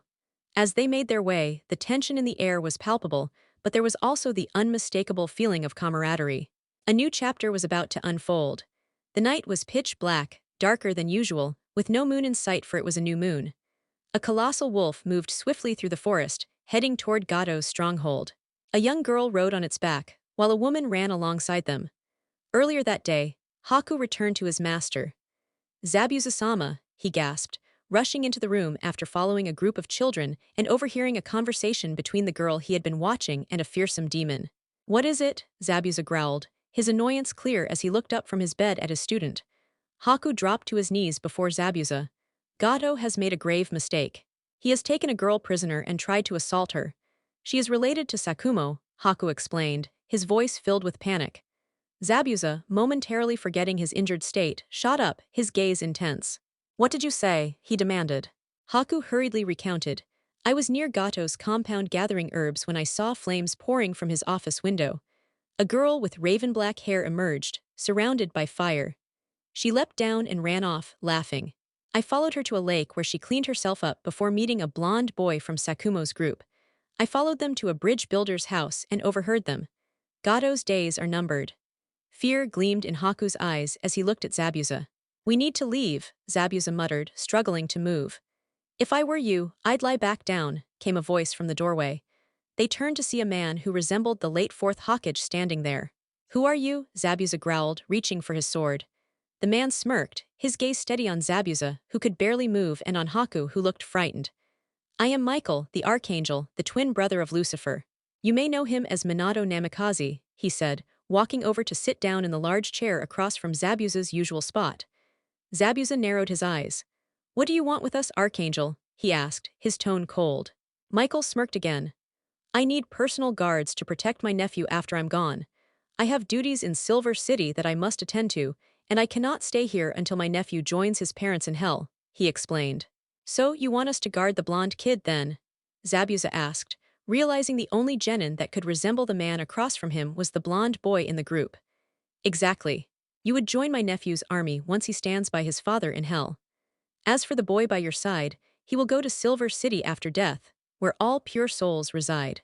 Not everyone can be a demon like you, demon of the bloody mist," Michael said, grinning. Zabuza's eyes widened as he understood. "So, you're not from this world?" he asked. Michael shook his head. "No, I was born in heaven to serve my father. But my brother, Lucifer, could never follow orders, and now he rules hell. Occasionally, he leaves to visit the human world and play with you mortals." This time, he found love in a crimson-haired woman and had a child, one who could either save this world or lead it to ruin. But that will depend on the choices that boy makes and who he aligns with, Michael said, standing up. I'll give you until the completion of the bridge to decide. As Michael left the hideout, Zabuza was left to contemplate. Gato's compound. Men armed with swords patrolled the area, keeping watch for any trouble. A young girl with long green hair and silver eyes wandered out of the forest, crying. Mommy, she whimpered. A guard near the gate noticed her. Hey, there's a girl heading this way, he told his companion. The other man looked up from his duties. I'll call someone to come get her, he said, walking toward the compound. We need someone to fetch a kid. She might be the one who escaped earlier. Several thugs ran out to meet her, one carrying a bucket of water, unsure of what they might need. She'll be a nice gift for the boss, one thug said, eyeing the girl as they surrounded her. Mommy, the little girl cried, looking at the men. Ah, come on, sweetie, an orange-haired thug cooed with a cruel grin. Your mommy might be inside. Okay, the girl sniffled, rubbing her eyes. She glanced over her shoulder, seeing two figures lurking in the shadows. They needed her inside before they could attack. The strange group moved cautiously through the forest leading to Gato's hideout. Trixie, ever upbeat, grinned. Should I go ahead? She glanced up at Maze and Sakumo. Maze nodded down at her. Yes. We'll hang back for about 20 minutes. That should be enough time for you to deal with the guards and that oversized pig. Her voice carried a subtle menace. Trixie raised an eyebrow as she looked at Sakumo. You're having Ruby and the others follow me, huh? She giggled lightly. Sakumo simply nodded, his expression hardening. He didn't trust Gato's men one bit, especially with Trixie, and if anything went wrong, even if it involved a being like her, Lucifer would be sure to have heads rolling. Trixie approached the gates of Gato's stronghold, already playing the part of a vulnerable child, her eyes filled with fake tears. Mommy, she cried, her voice cracking. This drew the attention of the guards who approached the gates. What's going on here? One of the thugs muttered. I think I heard a kid crying, the other replied. Go check it out, came Gato's voice from an open window above. If there's a brat out there, bring her to me. Yes, sir, the two thugs shouted, rushing to the gates. They found a young girl around 10, with raven-black hair and pigtails, wearing a torn white dress. Hey kid, come here, one of them ordered. Sakumo, hidden in the shadows, snarled. I'm going to make them regret this, he muttered darkly, his hellhounds stepping forward, their low growls unheard by the thugs. Relax, Sakumo, Maze said, tightening her grip on her blades. Don't tell me to calm down, he growled in response. Trixie took the thug's hand and followed him into the stronghold, well aware of the cruel plans awaiting her inside. Fools, she thought. Didn't they hear the growls around them? Don't they feel the bloodlust closing in? As they entered, Sakumo and Maze scaled the walls, the hellhounds creeping silently behind. Time to have some fun, Maze said, a dark grin on her face as she ran her tongue over her blade. Before the guards around the stronghold could react, the air was filled with terrified screams as the beasts descended, slaughtering them all in a blur. Inside, Trixie stood in front of a short man in a blue suit. Gato, with his gray hair and sunglasses, stared up at her from behind his desk. He only stood about 47, and despite Trixie's act, she towered over him. Can you help me find my mommy? She asked, her voice a pitiful sob. Gato's lips curled into a sinister smirk. Why, of course, my dear. I'll help you find your mommy, he said, voice dripping with malice. Why don't you come closer and sit on my lap? Tell me where you last saw her, and I'll send my men to fetch her for you, he suggested, chuckling darkly. Trixie nodded, her tears seemingly genuine, though her mind was elsewhere. You can't even begin to understand what's coming for you. As she moved around the desk, a gleaming knife appeared in her hand. Slowly, she began to change. By the time she stood before Gato, she had aged rapidly into an 18-year-old woman. His eyes widened in terror. What are you? He stammered, his voice laced with fear. Trixie grinned, and just as the double doors to the office exploded open behind her, the two thugs who had brought her in flew past her, crashing into the wall. She turned to Gato, her smile growing. Lucifer has a message for you, Gato. Pigs like you never go unpunished. The King of Hell has sent us to pass judgment on your soul. Death is here, and he's come to take you back for a chat before you meet your final end, she announced. Gato froze, his mouth open to beg, but before he could speak, the knife in Trixie's hand was buried deep in his skull. Death stepped out of the shadows, his grin wide. Do come visit sometime, Trixie said with a wicked grin, addressing the now lifeless man. I have the recipe for that pizza pie you used to enjoy in Chicago. I'll hold you to that, young lady, Death responded with a smirk. Trixie winked as Death took the soul of the pathetic man, his fingers curling around the tiny piece of the man's soul. As Death vanished, he handed Trixie a piece of paper. "This should help you with his accounts," he said, before disappearing entirely. Trixie turned to the others. "Sorry I didn't let you two have more fun," she said with a mischievous grin. "But Death had other things to do," Sakumo shrugged. "Death's always busy, mostly with finding new places to eat. War's been getting restless though, he's looking to stir up some trouble soon." "I thought so," Maze said, visibly irritated. "I didn't see him in hell when I last went. He's hunting for an Uchiha he never got to claim as his own. And like Lucifer mentioned, there are a few missing souls." Trixie raised an eyebrow as she held up the piece of paper. "So, should we clean this place out and have some fun?" The three shared a grin, their work far from finished.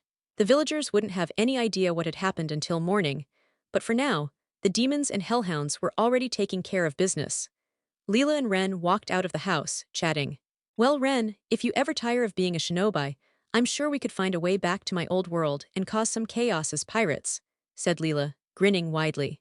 "Let me at least make it to Jonin first, then we can ask Jay or Max about getting back to your world and having some fun," Ren chuckled in response. "Sounds like a plan," Leela agreed, as she sprinted down the porch steps and onto the docks. "Time for some water training," she called back to Ren. "Kids," muttered Max, spotting the two teens. "What are you two doing up so early?" he asked, raising an eyebrow. Leela and Ren froze at the sound of his voice and turned to face the annoyed figure of the Archangel standing in front of them.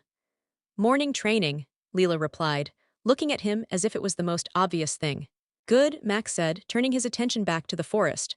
"Where are those three? They've been gone for far too long," he grumbled, scanning the tree line. "They'll be back soon," Ren assured him, hopping onto the lake next to Leela. "Stop being such a mother hen, Max," Leela teased, rolling her eyes. Max narrowed his eyes at her. "Watch it, Leela, I wouldn't hesitate to send you straight to your father if you keep pushing my buttons," he growled. "Ooh, so scary," Leela responded dryly, just as Jay appeared behind him. "What was that, Max?" Jay asked sweetly, her tone sharp. Max turned, his blue eyes meeting hers with a grin. "I told her to stop, or I'd be sending her to see her father," he replied, still smirking. Jay spun a pair of daggers in her hands. "Well, I can send you to see your father and your brother too," she retorted, wickedly grinning as she licked one of her blades. Max's eyes twinkled at her words. "Seems like you and the others didn't have enough fun last night," he said, stepping closer. Sakumo appeared beside them. "No, the mercenaries the brat hired were weak," he remarked, his eyes flashing amber. "I see," Max replied, glancing over at Sakumo as a sword appeared at his side. Now, boys, play nice," Trixie said as she materialized out of nowhere, holding a large bag. Sakumo and Max exchanged a brief glare before turning away from one another. "I've got all the deeds to the companies he owned in the Land of Waves. We can give them to the people he wronged, as well as all his bank accounts in this country," Trixie said with a grin. "Hey, did you grab me something cool too, Auntie Trixie?" Leela asked with big, innocent eyes, narrowly avoiding Ren's sweeping leg. She placed her flaming right hand on his head, pushing off with a grin. "Too slow." "Hey," Ren yelled as flames surrounded him, countering his sister's attack. "I hate it when you use your flames on me," he growled. Leela stuck her tongue out. "You've been slacking, little brother," she teased as she jumped back onto the dock, just as the other genin emerged from the house, curious about the commotion. Trixie smiled at Leela. "Yes, my little Leela, I got you something," she said with a cheesy grin. "But it's in another scroll. I'll give it to you later," she added in a low, almost teasing tone. Tazuna stepped out of his house, looking confused. "What's going on here?" he asked. Jay and Sakumo exchanged glances. "We killed the tyrant," Sakumo said, taking a swig from a sake bottle that materialized in his hand, just as Kakashi walked out behind the bridge builder. "Why you killed him?" Tazuna stuttered, his eyes wide in disbelief. "Yes," Jay said, tossing a scroll to the elderly man. "His head's inside," she said with a devilish grin. "We've also secured all his land, company, and bank accounts. You and the people of this country can finally get back what he stole from you," Trixie added with a grin. "And don't worry about the higher-ranked mission fee. We've already taken care of that." Tazuna dropped to his knees, tears of joy welling up in his eyes. Thank you, you've saved us all," he cried, looking up at them. "But we'll stick around until the bridge is finished, just in case there are any of his men still lurking around," Jay said with a wicked smile. "I hope you don't mind putting up with us a little longer." "Not at all," Tazuna replied, bowing deeply in gratitude. Leela jumped onto Sakumo's back, hugging him around the neck as she looked at Kakashi with a grin. "So Kakashi, ready for some fun training?" she asked eagerly. Kakashi paled at the sight of the mischievous grin on her face. Uh, sure, he replied, unsure how to respond. Naruto, surrounded by several clones, sat in the center of the lake with Trixie, Ace, and Maze perched on their shoulders. So, what did you bring me?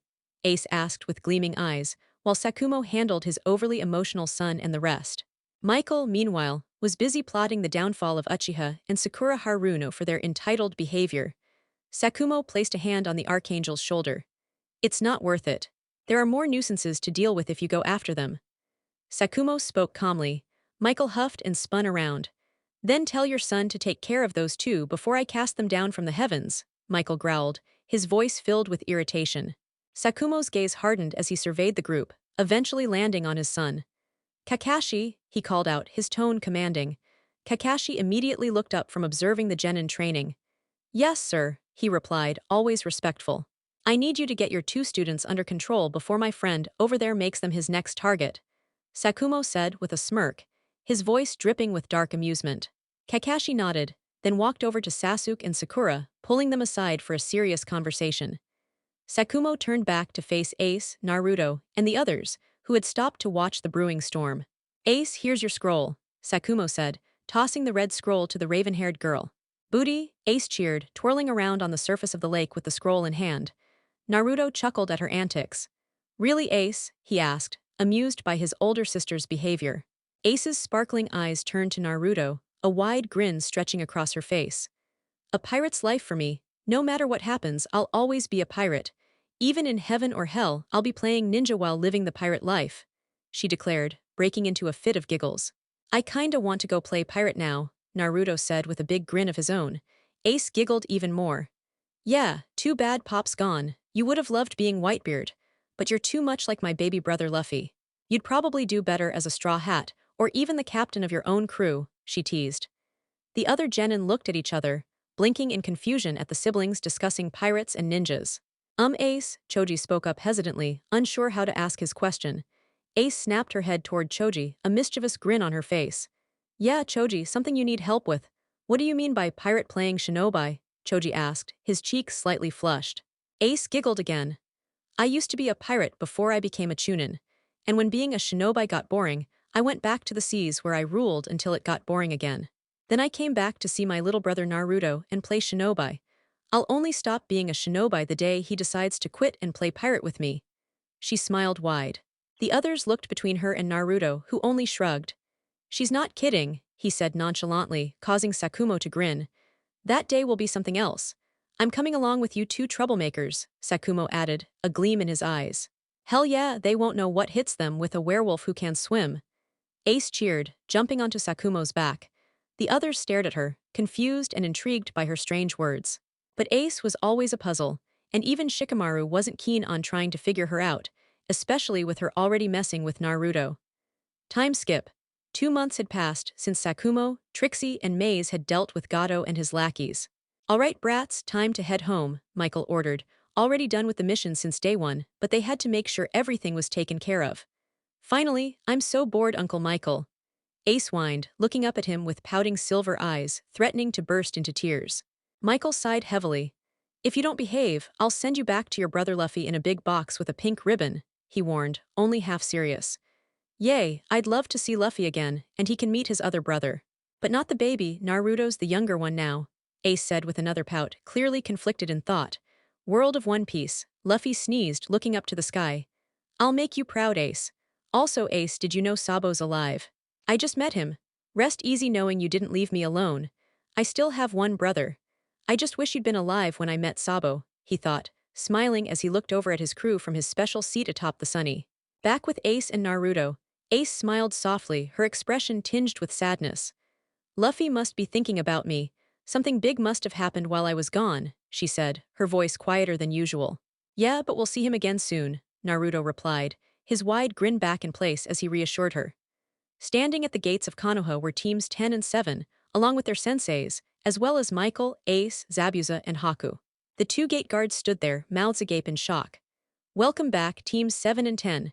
Welcome back, Michael-sama, Sakumo-sama. May we ask why you have Zabuza and an unfamiliar face with you? Kotsu inquired as Izumo nodded at his partner's question. Michael's cold, crystalline gaze fixed on the two guards with evident annoyance. They are under the protection of the Uzumaki Namikaze clan, he stated in a flat tone. The guards nodded dumbly, processing the Archangel's words. Just then, a team of ANBU appeared before the group. Lord Hawkage is expecting you, said an ANBU with a bear mask. Sakumo smirked. So, what does the old man want with us? He asked, knowing that they had to meet the Hawkage to report on their mission. He glanced over his shoulder at the others behind him. Let's go, kids, he said with a grin, his amber eyes flashing as he looked toward his son. Kakashi swallowed nervously, reluctant to face the wrath of the man his father had become, knowing that this was no longer the man he once knew. Naruto slipped his arm around Ace's neck, and the two began skipping toward the Hawkage Tower, giggling and having a great time. The villagers watched them with a mixture of worry and fear, seeing the young girl in Naruto's embrace, both clearly enjoying themselves. An unnamed Chunin opened the main doors to the Hawkage Tower as the two skipped right past him, with the others following behind. Trixie giggled at their antics, while Maze smiled, and Sakumo shook his head. Great. The devil children are back together. This village is in for chaos, Sakumo muttered, watching the frightened Chunin pale as he glanced nervously at the Jonin. The poor Chunin turned and bolted, not sure what to make of the situation. Ino sighed, watching Naruto and Ace's antics and Sakumo's effect on the Chunin who was only trying to be polite. Troublesome. I can't even call them both blondes, but they sure act like airheads, Shikamaru muttered, standing behind Naruto and Ace, who were now knocking on the Hokage's office door. Come in, came the Hokage's voice.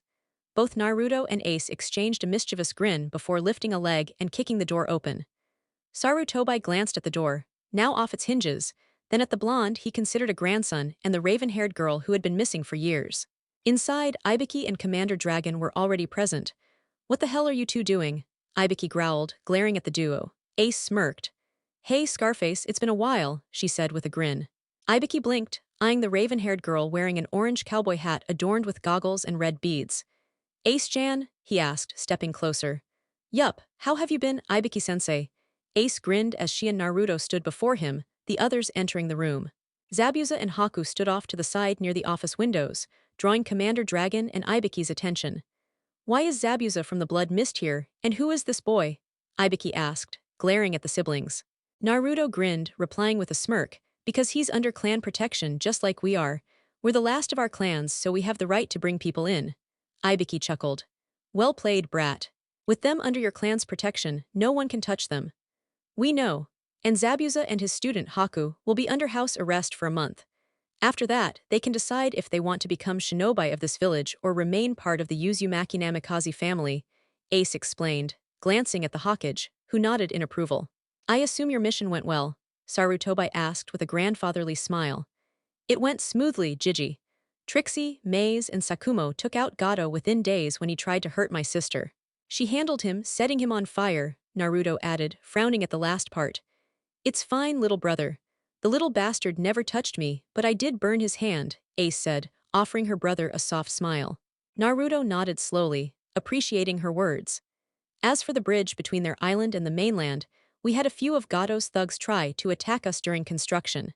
They didn't like that we ended their payday, Naruto continued, a smile returning to his face. Here's the scroll, Michael said, placing the mission scroll on the Hawkage's desk. The kids wrote most of it up, but for the parts that Maze, Fleabag, and Trixie filled in, he said, smirking at Sakumo. A feral growl escaped Sakumo's lips. Laugh it up, bastard, he growled, his eyes flashing crimson. Enough, you two, Maze interrupted, grabbing both men by the ears. We're the adults here, not the kids we're training to be killers, she scolded, letting go of them as they glared at her before she walked back to her students. So, are we allowed to leave, senseis? Ino asked, grabbing Naruto and Ace's arms, eager to leave the office.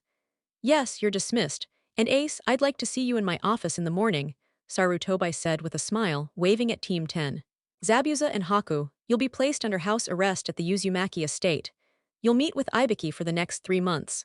I hope you'll decide to join our village by the time of the Chunin exams, Sarutobi continued, lighting his pipe. Zabuza and Haku stepped forward. I wouldn't mind becoming a Jonin again, but I'm unsure about Haku. He's never been part of any village, Zabuza said, glancing down at the boy.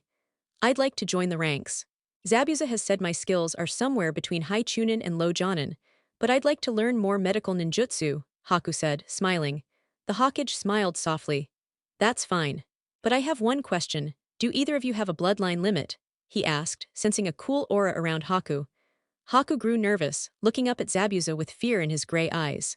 Zabuza placed a reassuring hand on Haku's shoulder. Yes, Haku has a bloodline limit. It's difficult to talk about due to the bloodline wars we've had in Kiri, he said, his voice somber. The Hawkeye nodded. We welcome bloodline limits in our village. We have many here, he said, offering Haku a reassuring smile. Haku swallowed, slowly nodding. I'm an ice user, he said softly. The Hawkeye, Commander Dragon, and Ibiki all heard him clearly. That's incredible. It will serve you well in medical ninjutsu, Sarutobi said, pulling out some scrolls. Take these to study while you're under house arrest. I'm sure Maze or Trixie will help you with anything you need, he said warmly. Haku nodded, accepting the scrolls and bowing to the Hawkeye, then turning to the Jonin in charge of Team 10. Come on, brats. Let's go have some fun, Maze said, putting an arm around Haku's shoulder as Trixie hopped onto Sakumo's shoulder, giggling. Kakashi looked at his father, who simply nodded before walking out of the Hawkeye's office.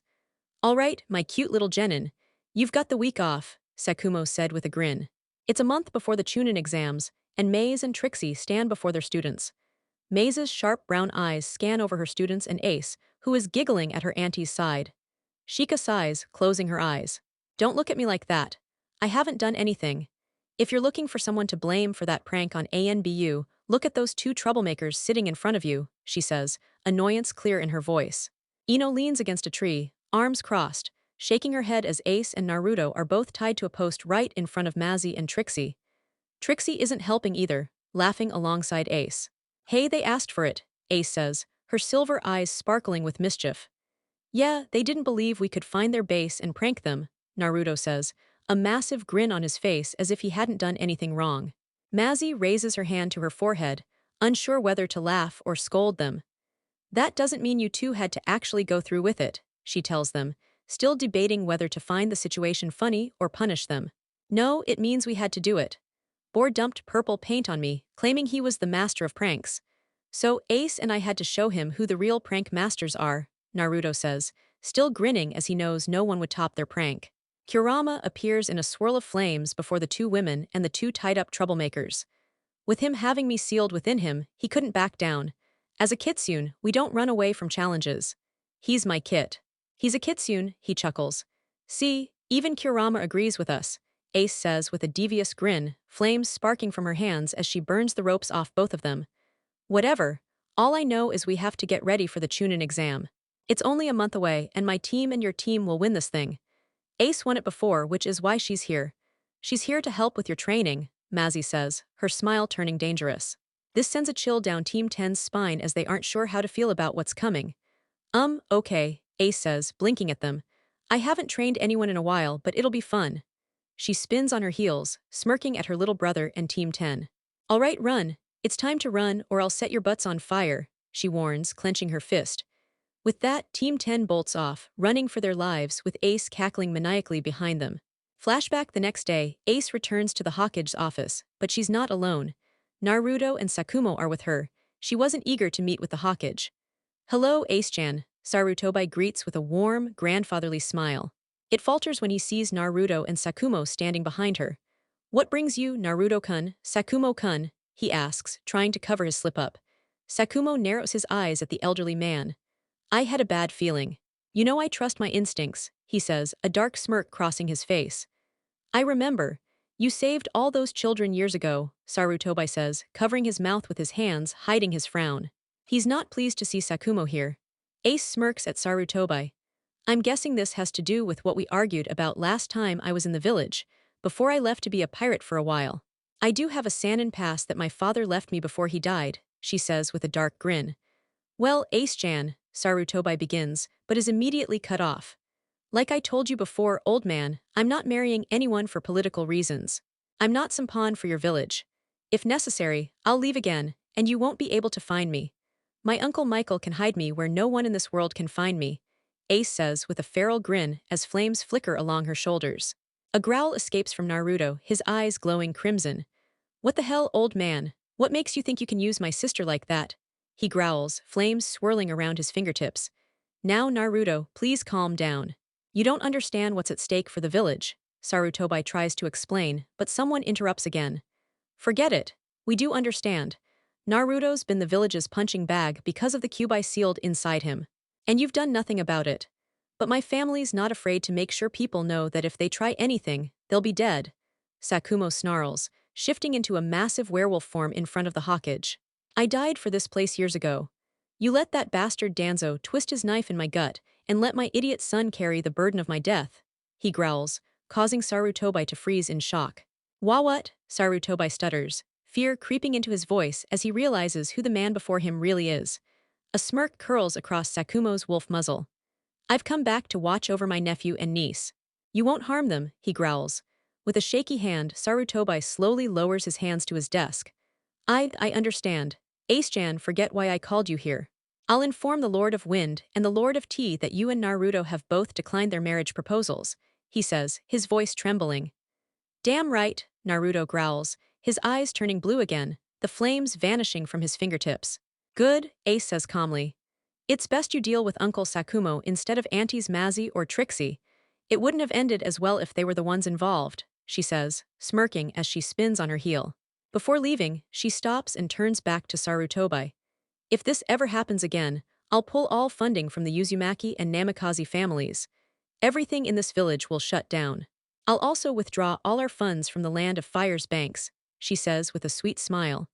Sarutobi pales, understanding the weight of her words. He knows the village was funded by the Uzumaki family, and the Namikaze clan had been their allies. But the kids, they had power. I understand, he says, his voice resigned. End of flashback. Sakumo sits with Michael in the clan courtyard, a frown on his face as he recalls the events of a month ago. You still thinking about the old man's nonsense with the brats? Michael asks.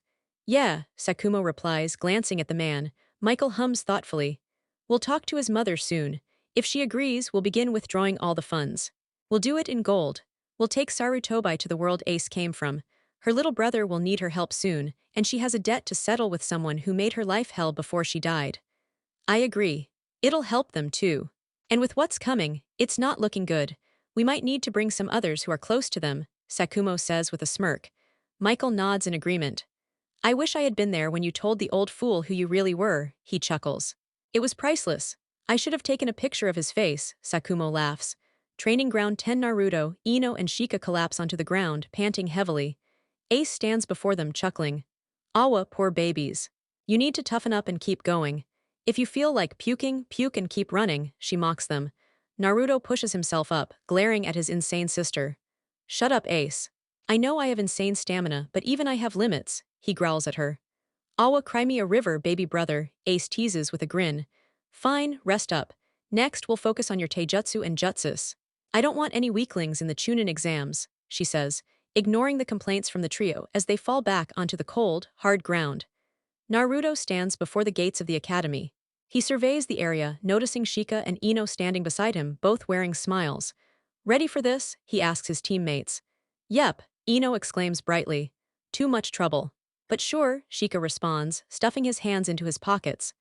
Quit wasting time and get moving, or I'll give you a push, Ace orders with a mischievous grin. The trio nervously chuckles, used to her antics, and start walking toward the academy's entrance, their future awaiting them. Ace watches them go, arms crossed. I hope you're prepared for what's coming, little brother. The winds of change are stirring, but which way will they blow? My soul tells me there's a great fire waiting to ignite within this village soon. She shakes her head, turning to look at the sky, a large, fluffy cloud floating by. Oh Lu, I wish you were here to help me, she murmurs quietly to herself. On board the Thousand Sunny, Luffy looks around the dock of the Thousand Sunny, feeling a strange sense of unease. His gaze lands on his special seat, where a woman with crimson hair is standing. She waves at him with a gentle smile as she places something down. Luffy's eyes widen as he charges toward his spot. Hey, what are you doing in my seat? He demands, glaring at the woman. Zoro jumps to his feet, his one eye widening as he notices the woman. From the kitchen, they hear shouting, followed by Sanji rushing out. What's going on here? Sanji yells as he spots the woman, his eyes narrowing. With a final wave, the woman falls backward into the sea. Both Luffy and Zoro double their speed to reach her, only to find her standing in the sea below, smiling at them. A ring of fire forms around her. Read the letter I left you, she calls out as she steps into the flames, vanishing. Luffy looks down at the scroll resting on the Sunny's deck. He bends down and picks it up. Luffy, only for your eyes. He frowns in confusion. Huh, is all he says as he stands and turns, stretching his arm toward the crow's nest, knowing no one is there. Baltigo, Sabo's office. Sabo walks down a lonely hallway toward his office and quarters. He sees a woman with crimson hair leaving his office. He raises an eyebrow, unfamiliar with her. Before he can say anything, she turns to him, her violet eyes meeting his. I've left you a message from the past, she says before vanishing around the corner. Sabo rushes down the hall and turns the corner to see her standing in front of a doorway surrounded by flames. Don't worry. I've only been sent to deliver a message for a ghost. This may be the last time we meet, she tells him before stepping into the flames and disappearing. Sabo quickly regains his composure, turning to head back to his room. Slamming the door open, he finds an orange scroll resting on a book in the center of his desk. He slowly approaches, seeing the inscription, Sabo, for your eyes only. He stands motionless for a few minutes before moving toward the desk. He removes his top hat and gently places it on the corner of his desk. Sitting down, his gloved hand reaches for the scroll. Lucifer's office Kushina stands before her husband, a soft smile on her face. I've completed the 2 scrolls Ace-chan requested, she says. Lucifer looks up at her smiling. Good, I've heard from Ruby. They've discovered troubling news. It seems our children are in grave danger, he says, a frown creeping onto his face. Kushina's smile falters. What have they learned? She asks, her voice tinged with concern. Training Ground 10, the exams are coming up fast. I have faith you 3 will make it to Chunin, Ace tells her team with a determined tone. I'll do everything I can to ensure those old fools don't stop you. If they try, they'll be reduced to ashes. Michael stands off to the side, arms crossed, smirking. Don't worry, Ace. I've been handling some things myself lately. Ace turns her head to him, confused. What do you mean, Uncle Michael? He smirks. You'll find out soon enough, he replies with a playful yet sinister grin. You're more like the devil than an angel, Ace says with a cheeky smirk of her own. Michael laughs heartily. Maybe I am, he says before turning and walking into the forest, vanishing from sight. Secret meeting room around a round wooden table. Several men from the civilian council sit, listening intently to a man with white hair standing.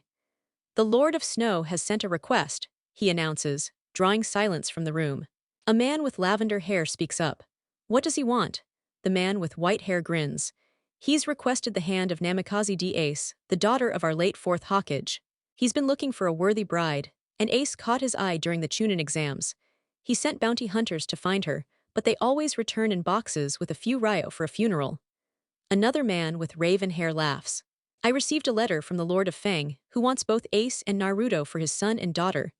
What have they offered for their hands? Asks the man with lavender hair. 1,000,000 ryo from the Lord of Snow, says the white-haired man. And the Lord of Fang? Asks the same man. 4,000,000 ryo, 2 ruby mines and 1 chakra metal mine, the raven-haired man replies. I think they'd be better suited for the children of the Lord of Fang, says the man with pink eyes. In the shadows, Michael and Sakumo stand, smirking, having recorded everything.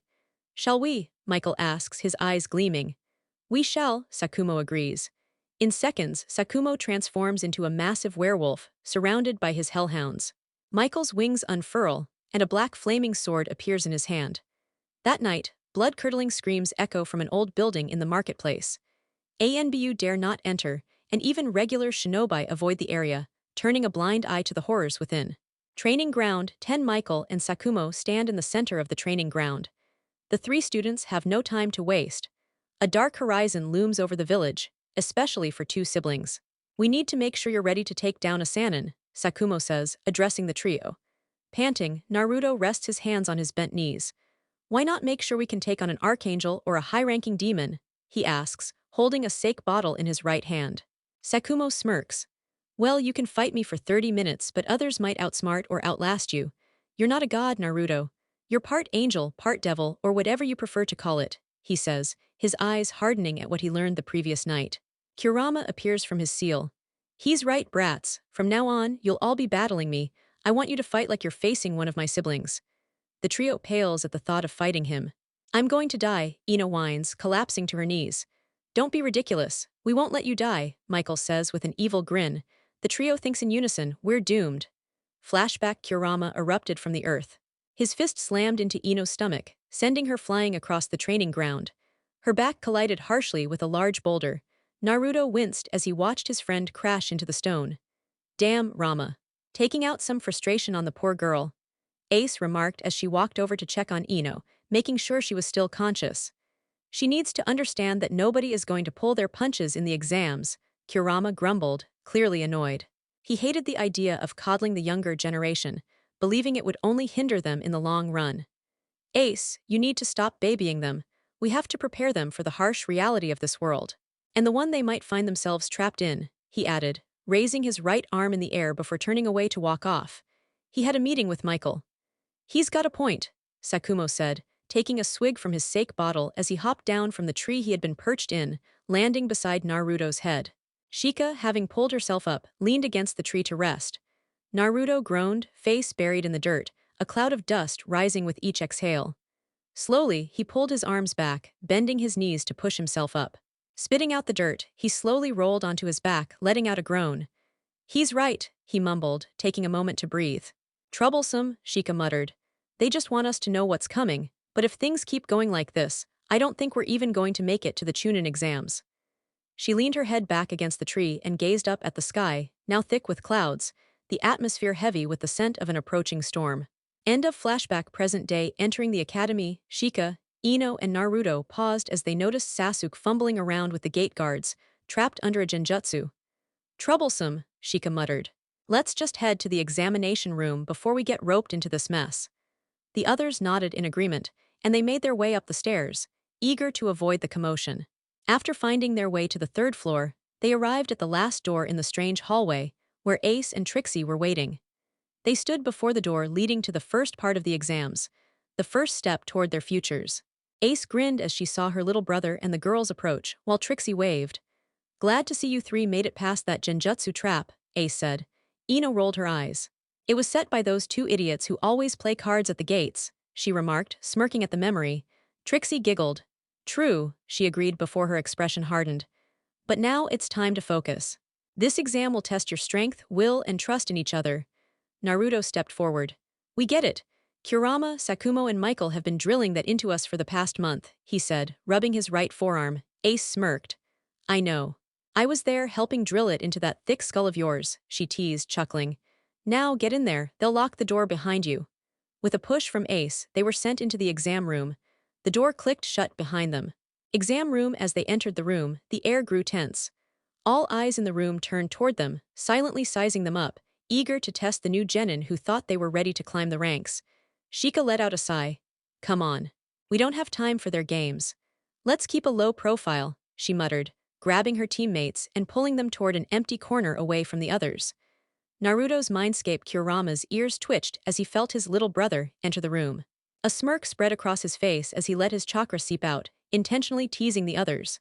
Kurama, what are you doing? Naruto asked, his voice full of exasperation. Hush, I'm just having a little fun with my baby brother, Kurama replied with a wicked chuckle. Naruto sighed, not bothering to argue.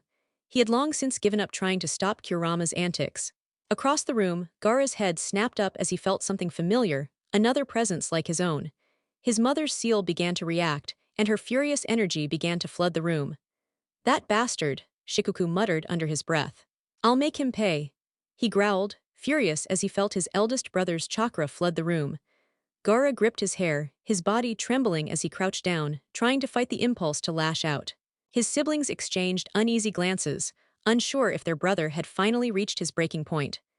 Just then, the door slammed open, and a tall figure in a long black leather coat stepped into the room, boots echoing on the floor. His cold, black eyes scanned the room, and a heavy presence filled the space. After entering the room that held all the genin hopefuls, Naruto caught a glimpse of Sasuke and Sakura out of the corner of his eye. They had barely made it. Great! I was hoping they wouldn't make it, Shika muttered, gesturing toward Team 7 with a tilt of her chin as Kiba stood off to the side, talking to Shino and Choji from Team 8. Ino rolled her eyes. Let's catch up with the others.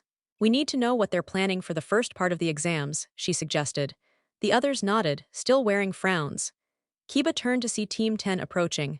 Looks like you guys made it too, he said with a grin, relieved he wasn't the only one with teammates he could count on.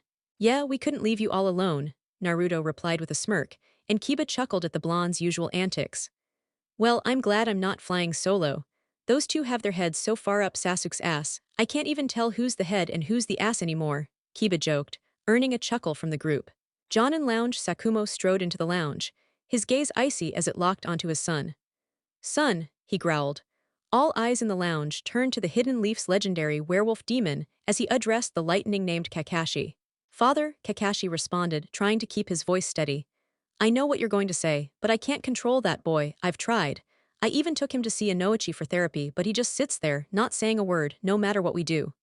Father, a Jonin from Odo questioned, confused by the exchange. Sakumo snapped his head toward the fool who had spoken. Yes, father, what are you going to do about it? He demanded, his voice a low growl. Didn't Sakumo Hadake die over 10 years ago? An older WIA Jonin remarked, clearly puzzled. Yes, I did die, Sakumo admitted, his grin cocky as he spoke. But the devil himself saw fit to bring me back. I'm here to remind the fools who have forgotten their place. His black hair turned silver, matching his son's. His eyes shifted from black to icy silver, just a shade lighter than his son's, who had inherited his late mother's eyes. Father, you don't need to prove anything to them, Kakashi said, his tone reminiscent of the child he once was. Oh, but I do. They need to know that the Silver Fang has returned, and I will finish what I started before my death, Sakumo declared to the room. The room fell silent as the older Jonin who had fought against him trembled with fear. The younger Jonin, who had only heard the terrifying tales of the Silver Fang, the Silver Demon of Konoha, felt a chill at the thought of facing him. Let this be my warning shot, Sakumo said, savoring the fear he'd instilled in their eyes. Examination room Ibuki's cold blue eyes swept over the hopefuls seated before him. Those of you still here, you've passed, though some of you still aren't ready for the rank of Chunin. I'll probably see you again in 2.5 years, he said, a grin creeping across his face. Raising his hands to adjust his bandana, the window suddenly exploded. A banner shot through the air, and a woman wearing a brown duster tumbled down from it. Hello BRATS, I'm ANKO. I'm here to take you to the second part of the exam, she shouted at them. The room fell into silence as every eye locked on her, some unsure how to react. You're early, Anko, Ibuki hissed, eyeing her with disdain. Anko smirked over her shoulder at him. Sorry, I didn't want you to spoil how tough this world is. They need to experience it themselves in the second round, she replied, grinning. You're insane, Anko, but fine, Ibuki conceded. Head to training ground 44, everyone, Ibuki instructed, his grin turning sinister, heightening the tension in the room. Naruto, Ino, and Shikamaru stood before gate 54, staring at the 6 scrolls Naruto was holding. I can't believe you managed to snag 5 more scrolls, Ino said, astonished. Kurama gave me a hand with that, Naruto explained with a wide grin. He hid in the shadows and used his tails to swipe the 5 scrolls, there for bargaining or to help our friends make it to the tower. That could work, Shikamaru replied thoughtfully. I know Choji and his team could use some extra help, maybe even Kiba's team too.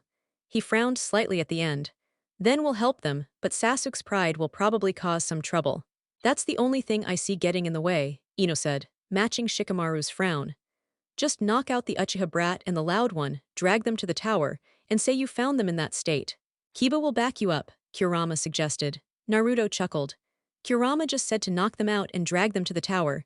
Kiba will back us up if they're knocked out, like they got caught in a fight.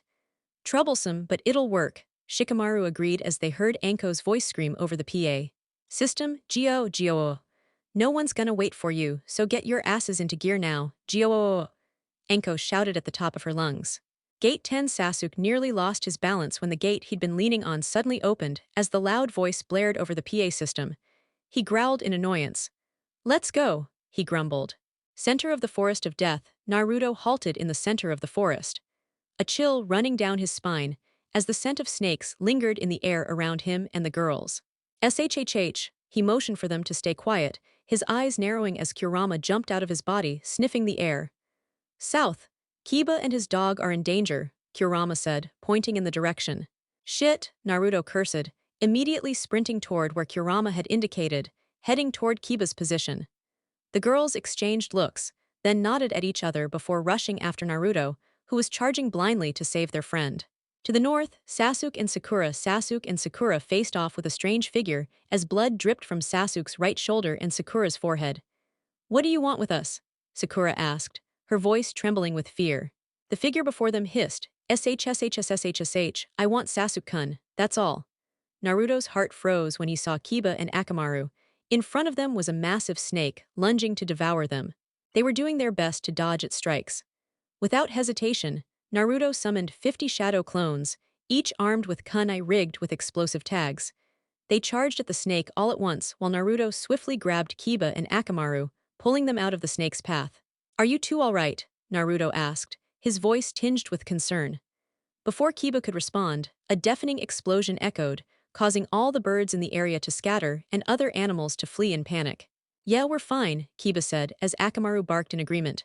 "Where are Sasuke and Sakura?" Naruto asked, scanning the area for his other two teammates. "I don't know. A powerful wind blew us apart. I ended up here but they were sent somewhere else," Kiba explained. "Damn it," Naruto cursed under his breath. "That snake is after them, the one that tried to eat you, it belongs to him." Kiba's face paled. "Why would he want to kill me? I've never even met the guy." "He doesn't care who he kills," Naruto replied, his tone growing darker.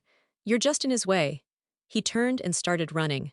"We need to find Sasuke and Sakura before it's too late." Kurama's voice rang in Naruto's mind. "This situation is dire. You're close, but do you think you can take on a Sannin while protecting others?" Naruto gritted his teeth. "I don't know. I was thinking of summoning you and using some of your chakra and maybe calling in some ANBU for backup. But right now, all I can do is try." As Naruto dashed through the treetops, he signaled for the others to stop. "I need you three to stay back," he said, voice firm.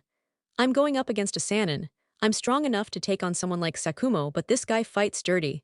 Once I engage him, I need you to get Sasuke and Sakura out of here." Shikamaru nodded. "Understood," Ino agreed with a serious expression. "Got it." Kiba hesitated, still worried. "Are you sure about this, man?" Naruto gave him a steely look. "It has to be done this way." He quickly performed hand signs and silently summoned Kurama. They needed the element of surprise. "Wait for an opening and get them out of there," Naruto ordered as he and Kurama prepared for battle. In the clearing, Orochimaru slowly approached the unconscious Sasuke. "Now, Sasuke-kun. Be a good boy and submit to me," he purred with an eerie chuckle. But before he could do anything further, Naruto and Kurama burst into the clearing.